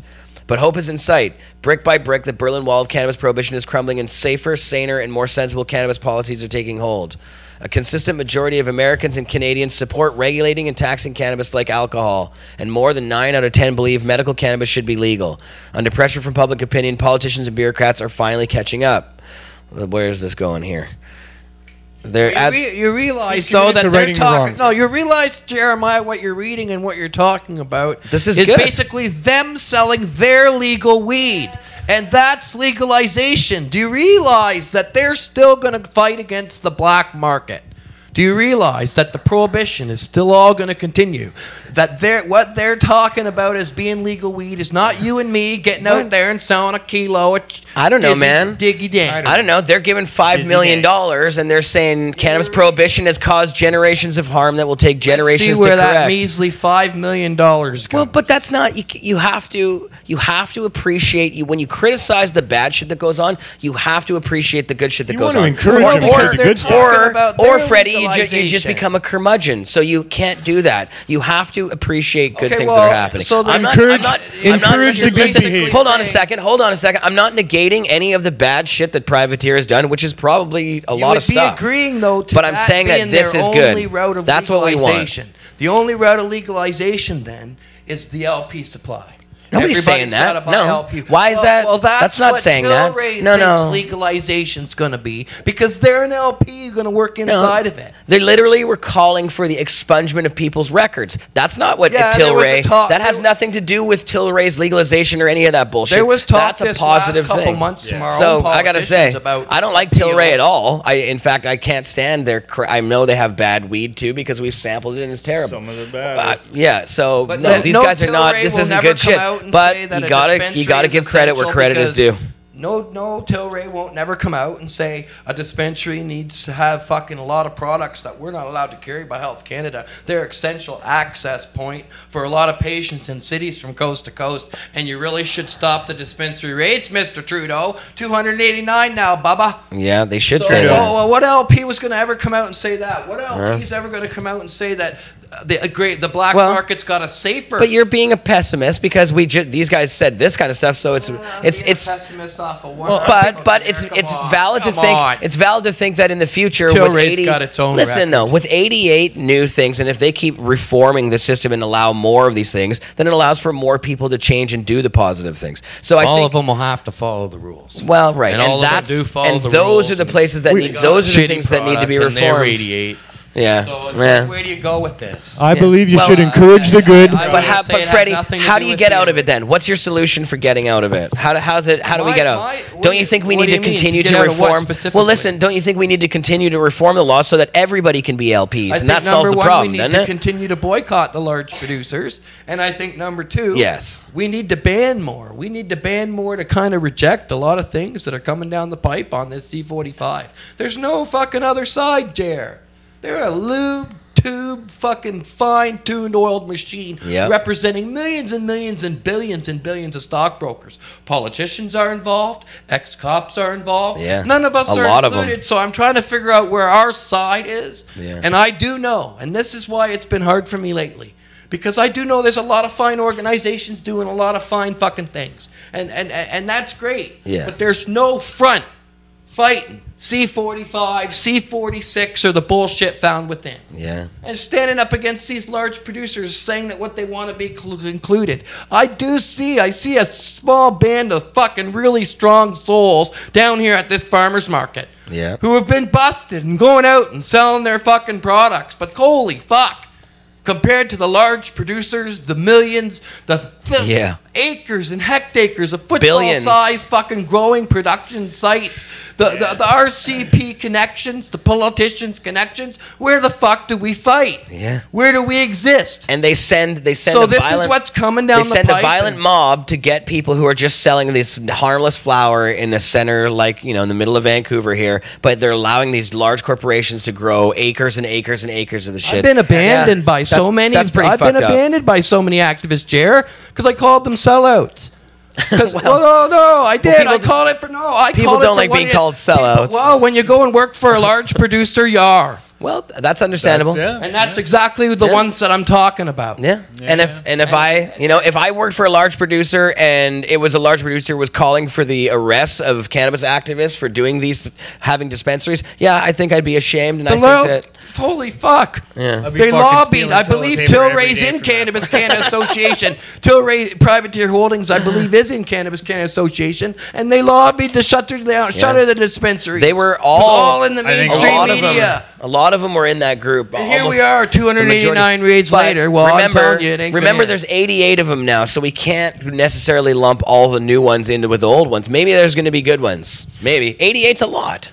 that means there's room for people to start doing things that are positive. They're probably going to have 150. I'm not saying anything positive has happened yet. I haven't seen anything positive. But if 88 people are able to, or 88 companies have 88 these people licenses, following the 300-point plant inspection, puts weed in, out comes the other end. You come, I'll tell you what, the odds are increasing that somebody can do something good. Then you put weed from a large producer that's quality on this table. It's just not in their interest. It's just well, it's been 3 or 4 years now. 88 of them, and it still ain't happening. There could be 88 of them. There could be 880 of them. It doesn't matter. It's not in any one of their interests to have people growing for themselves or buying outside of the regime that they're taking part in. It's not in their interests. That's right. And these are businesses, and they run on what their business interests are all about. It's in every They're not about human ethics. If they are about human ethics, it's only to increase their business, and that's what we're saying is let's encourage them to use some good human ethics involved in their business to get more business, if that's what it takes. But, you know, really, they're all about just getting business. Wait. Just to challenge you on this one, and I'm mostly just playing devil's advocate here,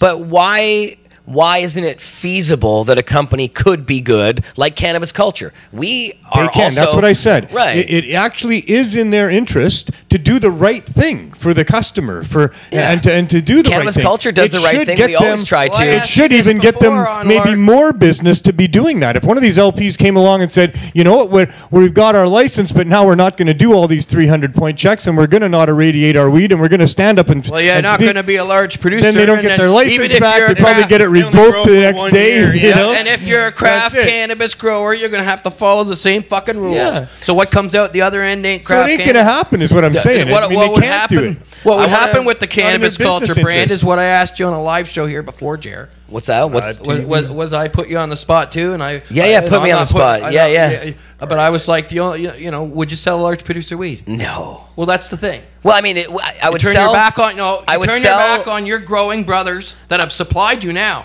Up until this point, thousands and thousands of pounds. I would sell LP weed if, one, they were talking about promoting our culture and giving things back and the type of shit that these guys were saying, and if they had wait, they just said they let me finish.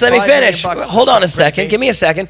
If they were actually giving millions or helping the community in some way, using the right language and producing a good product that didn't have chemicals and shit in it, that was tested with good, quality pot, then I would absolutely support an LP and I would sell their stuff. But we haven't seen that. Friends that are producing now could get a license to do that. Well, Cannabis C45 goes through and continues to make it even worse, up to 14 years in some cases. Illicit cannabis. That's pretty messed up. You would sell large producer cannabis if that was happening to us now. No. Wait a second. Well, that's just what I'm trying to get at, because that's what's going to happen. Only if it changed drastically. Yeah, if legalization, when it comes, that are going to exist will have to sell large producer weed, I guess, is what I'm getting at. Or they probably exist outside of the system. I think to those of you that are inside Freddie, of that regime, which is you're pretty much correct about that. I have a feeling that no matter what, they're going to want to get rid of anybody who doesn't sell the stuff. They've said that. That's the way that it is. That's not a guess or a prediction. It's detailed out. They're going to be the only. They want to middleman everything, and it's got to be basically obvious to every ACMPR patient in the entire country and every patient in the entire country watching what's going to happen to your medical weed. I'll go back. We will not. They were going to look at it in the next 5 years, 2 years ago or a year ago. Yeah. And in 5 years they were going to look at it. But if you haven't noticed, all Shoppers Drug Mart is aligned all up with one already. London Drugs has made a bid too. Don't you see where medical marijuana is going? Don't you see? Yeah, it's a matter of where are the dispensaries going, Freddie. I mean, with all the other medications. But right now, in this bubble of Vancouver here, we've got a police force that is not very willing to bust dispensaries. That's because I believe, Neil, and I said it before on a show, probably sitting with you, exactly what's going on in Durham. I believe a lot of police officers are involved with the dispensaries.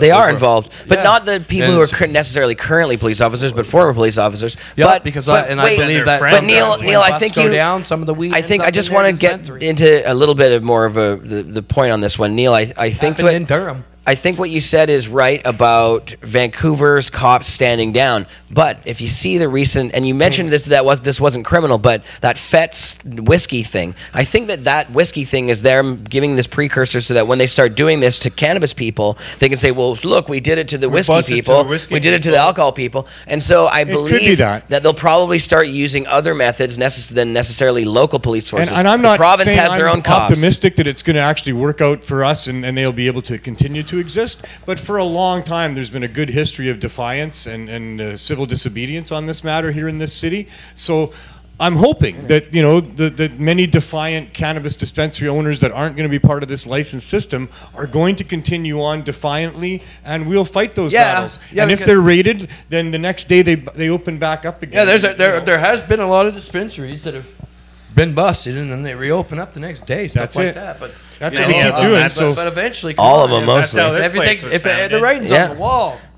All the cannabis culture ones. The writing's on the wall, and it's in legislation, but it's also being written in media, and a lot of the media is alive to what's actually going on here. I'm not talking about mainstream CTV, but there's a lot of people that are putting stuff into social media, into other less mainstream media, and even the mainstream media, where they're sort of live to what's going on here. They recognize the corruption, the hypocrisy, that here we got illicit cannabis, and I think that those stories are going to come out, and that'll help us as well. So I don't think the future is set in stone. I'm an optimist. What can I say? You've always been that way. And I'm a bit hopeful still. I'm a pessimist, and that ain't the way it is. Well, I'm more hopeful than you. It's just a half a fucking glass of water. Yeah. And that's what I say. Again, I look at the facts. They're spending more money. They want more money. Full. What do you mean? If anybody's watching the mainstream media, they're reporting, Neil, on everything that I've sat here and said. They're going to want more money for enforcement. They're going to need to crack down on the black market. That is being reported. Bill Blair just came out recently now talking about online. And that's the way that it always goes. They first just mention it once. Pretty soon you watch how many more times Bill Blair and people are going to be talking about how they're going to come for this massive online sale movement because a whole shitload of my brothers and sisters moved over to online sales. Yeah. Fuck, that's what the mom cup is. My mail order marijuana. Shit. Yep. And so many people doing it. I believe it's Jason Wilcox in the chat here. Cannabis in Canada? Cannabis in Canada, yeah. That's him. He says, I like this point he's making. He said, I'll be on your show soon. This is nuts. Let's get the facts out so we can attack the Cannabis Act being federal law, not fighting LPs who are bound by the same policy. I think that is a pretty decent point that the LPs... what he's saying is exactly what it is all the LPs basically are hand-tied and hog-tied and work for Health Canada. Yeah. And even Ann McClellan herself is involved with law firm come on, they're all writing the laws and they all work. That's what we need to do is with LPs. Make those... needs to know any more? We need to open them up. We need to make those laws... Cut and dry. I want all of our friends to be LPs. That's what I want. I don't want them to I don't want to not be able to support the LPs. I want to be able to support LPs who are good, and I want all of our friends to be LPs. Dear. It's too bad I had to hear that. You broke my heart. What? No, just but for the fact that I stand with my Canadian cannabis. No, wait a second. I stand with my brothers who grow weed now. I'll never stand with the LPs if my brothers aren't included. The people that go to that's what I'm go to prison for poverty. That's the key point. If your brothers aren't don't take me out of context. Anybody who spends $1, don't take Mark Henry. Hey, don't take me out of context. I literally just said, hey, listen to me. I just said I want all of our friends to be the LPs. I want Freddie to be able to be an LP. You guys agree. I want everybody to be able to be an LP. Though, Jared, that's the point. Because but you have LP, you've got to be listen. You got to pass a 300 rule if you want to irradiate your weed. We're not. But that's not. But that's what I'm. That's the rules we got to change. That's the rules that we have to change. It's been 4 years. Not much change on that front. Yeah, but there's no front. That doesn't happened yet. No, but that doesn't mean things can't change in the future. Listen. They just are changing things today. We were just talking about. We're not going to care. We're going to break these rules and see what happens. Hell, we should all be legal. The thing we're talking about changing hasn't even happened yet. It hasn't gone through the Senate yet. In the form that it's in, might not even be the form that we have to worry about changing it. So, exactly. No, well, that's the whole thing, though. And you guys are talking hopes and dreams. Yeah, well, of course. But see, Freddie, you can't be.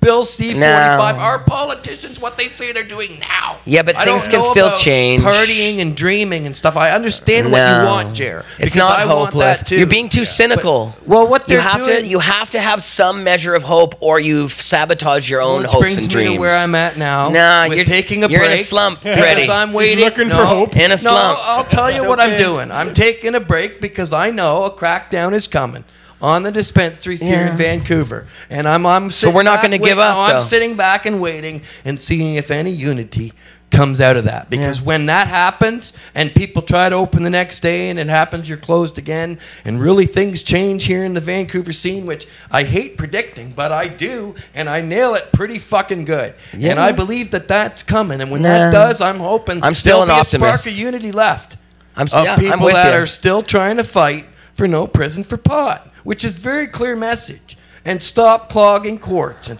wasting taxpayers' dollars and ruining lives. I don't know where my message gets shoved under these motherfucking LPs, Jer.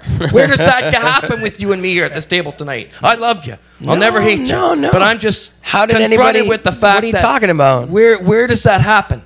Where does what happen? That we're left we're left out, and that we would be.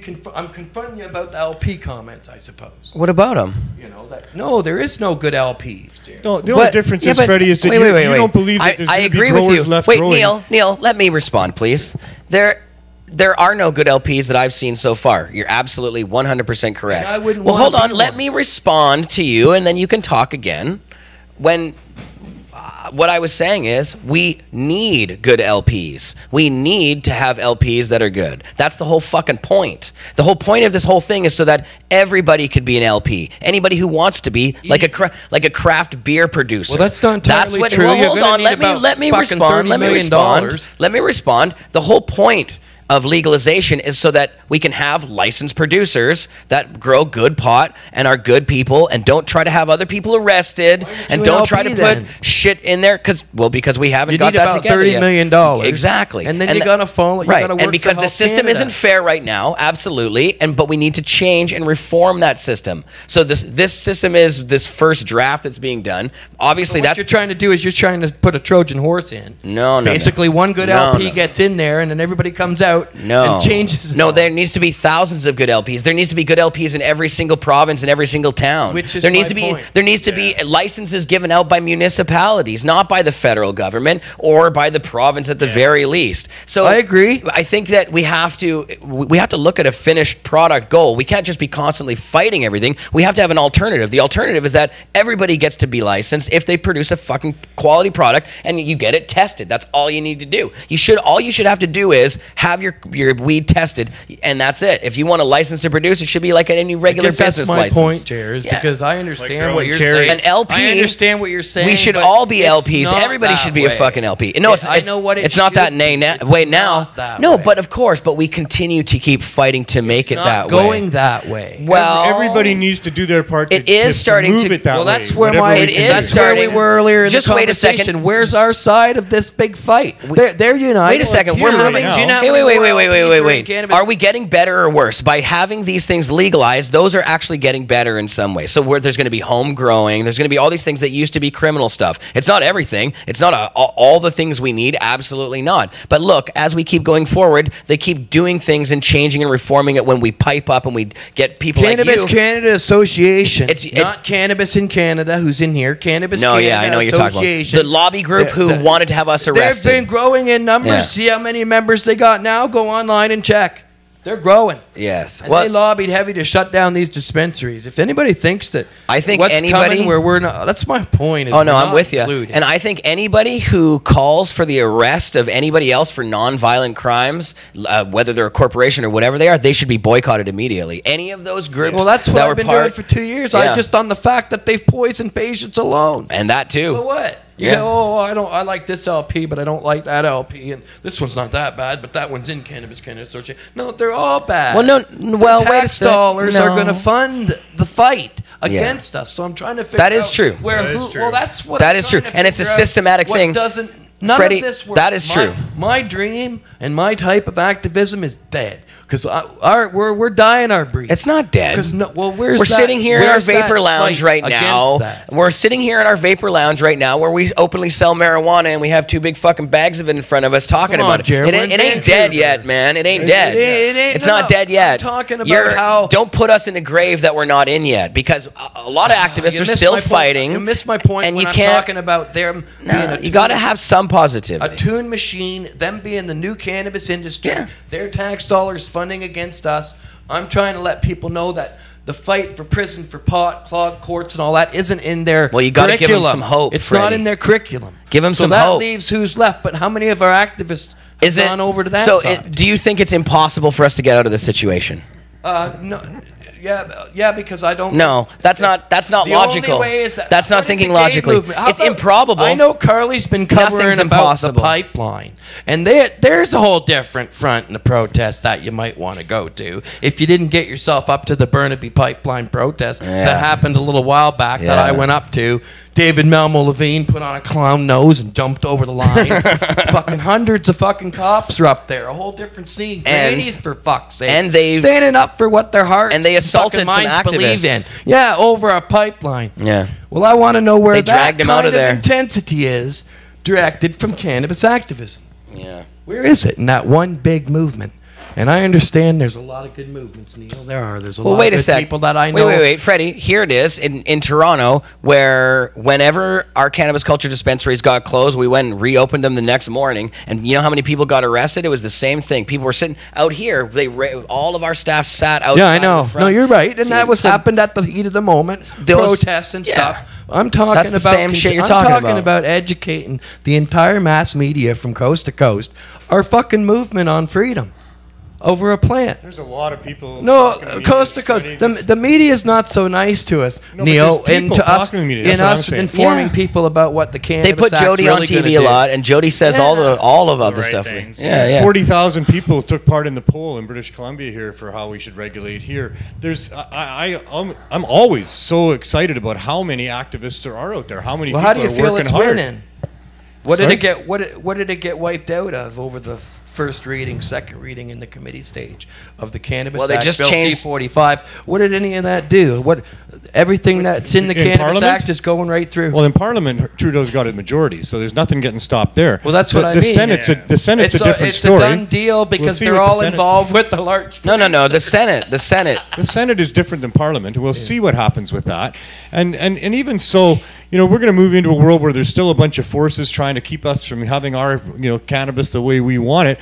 But that force is now not so much the oil companies and the pharmaceutical companies. Now it's companies that are actually selling weed. So they're a much easier target for us to show the hypocrisy of than what we had before. I do agree with Jeremiah. We are moving forward, even though this act is backwards. We're getting pushed back under the. Don't get me wrong. I'm not necessarily saying that we have moved forward all the way or anything like that. Let's be realistic. There's way more Canadians. I think that as we reform laws, we haven't actually seen any laws passed yet. So there's only talk of moving forward. So it's possible that things could be completely bad. But I'm not going to be hopeless about this shit. And if you don't have any possible out for yourself, then what the fuck are you fighting for at all? It's ridiculous. And wait, but Freddie, but it's not even logical because there's always a possibility that they could go our way. Always. No matter how slim, no matter how improbable, there's a fucking possibility. So don't tell me it's impossible. Nothing's impossible. And because you can't possibly, and I can understand what's the point of fighting at all if you don't think something is possible? I got to get you out of your slump. All the politicians are involved. The hopeful team. The cops are involved. Ex-cops who are involved. The laws, the 14 years, the trafficking. It does seem very the differentiating hopeless of in a way. The legal weed and the illegal weed, or the illicit and the illicit. Yeah. When all this starts to paint its picture, which I know is coming. Right. I have no doubt in it at all, and I've always had. But remember, the laws. When it all comes into effect, and people see there's still people going to prison for pot, but now there's even a bigger split because everybody young now, everybody who's turning 18, 19, well, they're all going to go to that legal weed. And we'll see how it goes. I'm not so sure about that. They're not going to have much experience with the black market because that's what I'm trying to tell. It's going to be like craft beer. Way more of us. Let's be realistic. Way more of us buy cannabis from the black market than dispensaries. Freddie, thousands of Dispensaries people is are. one itty bitty Tiny. tiny. Yeah, That's all right. that's where we're gonna stay. Yeah. That's all We're right. gonna That's keep where we've growing. been. That's where we're gonna stay. So, It's okay. so where I'm talking about the legal part of it, I can be optimistic about. Hey, we're still gonna grow. We're still gonna legal. We're still gonna fight. We're still gonna fucking sell products. We're still gonna have concentrate cups. Yeah. We're Could be still a lot gonna of hard make edibles. years. But that's where I am. I want everybody to know, and I did 2 years ago. There's a split. There's them and there's us. And I walk the line with my brothers who've been persecuted and are not getting any apology. I think they're not getting yeah. shit. I think if they're we- not getting shit. I think if we continue to stand up and do things like what you do, Freddie, and talk the way you talk, which I think is very, very important. Which you think if legalization I was think coming, Jer, that would be all over. Well, no, and I think we need more people saying the kind of stuff that you're talking about, and that actually will help us in so many ways, because as we continue to fight and not stand down, they will have to build a model more around us. Yeah, and As we continue to have people like Neil and his crew doing the stuff they're doing, they have to see that. They have to Which get is a kick affected in by the that. pants. Second, give me a second, I Freddie, thought because legalization would end Yeah. all that. Yeah. Freddie, you It know, might there's not happen thousands of overnight. people that are going to watch this broadcast. If just one or two of them are key people in their lives and what they're going to do in the future, and you've inspired them with what your education is doing, one or two of people then, in here been then we're inspired better by off me, than we that's for were. sure. Oh, And yeah. we're going to A keep lot. doing this all the time, and we're not going to roll over and get it up the ass. And, Well, I'm letting and, you know and, that We're gonna that's keep what I'm fighting. trying to say. I know there's a lot of good organizations and groups for what we're doing here, but it's Yeah. all little tiny baby pieces when it comes to that machine that they have. It's true. they've they're always been there, Freddie. They're sleeping with the It's like politicians. David and They're Goliath. involved, Oh, they've man, got it all always. invested. So my point is yeah, we're still you're going to be on this side or you're going to be on that side. Hey man, this is guerrilla cannabis. It doesn't matter that we have a small army. Ours is better, more effective, more 710, strategic, boys. and much smarter than these guys. Plus, Holy we're fuck, the it's experts. 710. Is it really? It is Oh my 710. God. I I'll gotta- tell you this hard to table. pick it now. This table, should probably Jeremiah, end the I gotta show right at thank you 7:10. for letting me come to this show Hell because yeah, I'll man. tell you Loving this to dance. table's been on fire tonight. Yeah, man. We'll have you back soon, Freddie. I love it. Passionate cannabis talk right here. Yeah. All you 710 guys, dab. it's an honor to be by Neil and with Yeah. Cookie. We love you, man. Seeing Big time. Carly in the house. Thanks. Hell so much. yeah. Love having you here, Freddie, and we'll make sure that happens soon. And, think about it, Freddie. Think about coming back, man. You always got a home here on Pod What, TV. like Tuesdays? It's just been rough right now, man. I I'm know. trying to I'm not putting pressure on you in change any job. way. I'm trying to change job careers right now. Get out of roofing after 30 years. Just so you know, though, you've always got a home here on Pod TV, so anytime you're ready to roll, just let us know, brother. Yeah, sure. Well, maybe we'll work something out in the future. You never know. I'm not dead. I'm not telling you. I'm just saying when it comes compared to what they got, fuck, Aurora just bought a Canamed for $1.1 billion. I know. Come on. But But that- they don't even but have remember, any sales. they're in a bubble. So I'm trying Freddie, to figure out yeah, where we Come on, They're in a man. bubble. We've always been up against the Goliath. Always the Yeah. pharmaceutical companies, yeah. the oil companies were our Maybe enemy it's in the just I past. never realized how big that Oh, Goliath I is. did. till- I did. And all we that still money- got the Liberals elected with a majority government on a platform of legalizing weed, even though they're lying about how they were going to do it. And Freddie, all the money in the world can't kill us. That's right. We're not Yeah, going anywhere. well, No fucking way. When I was saying we're defeated, I meant on a legal front on what they're doing with law. That's fucking black and white on paper. It's still not fucking nailed shut, but holy fucking... Hey, nothing's changed. We're still criminals. Up until this point, it's been All right. extremely scary, considering Don Davies put 39 demotions through Yeah. that were all defeated 8-1 some fucking freaky All of them. way. I think one was passed. So that was a little scary. And when you listen to all those fucking people who are against cannabis, or even those who weren't directly against cannabis, talk about cannabis, how stupid they are. Oh my God, it was almost like fear-mongering weed. And that one lady, I forget her name, the fucking bigger girl with the blonde hair. I She can't was remember. a fucking pip.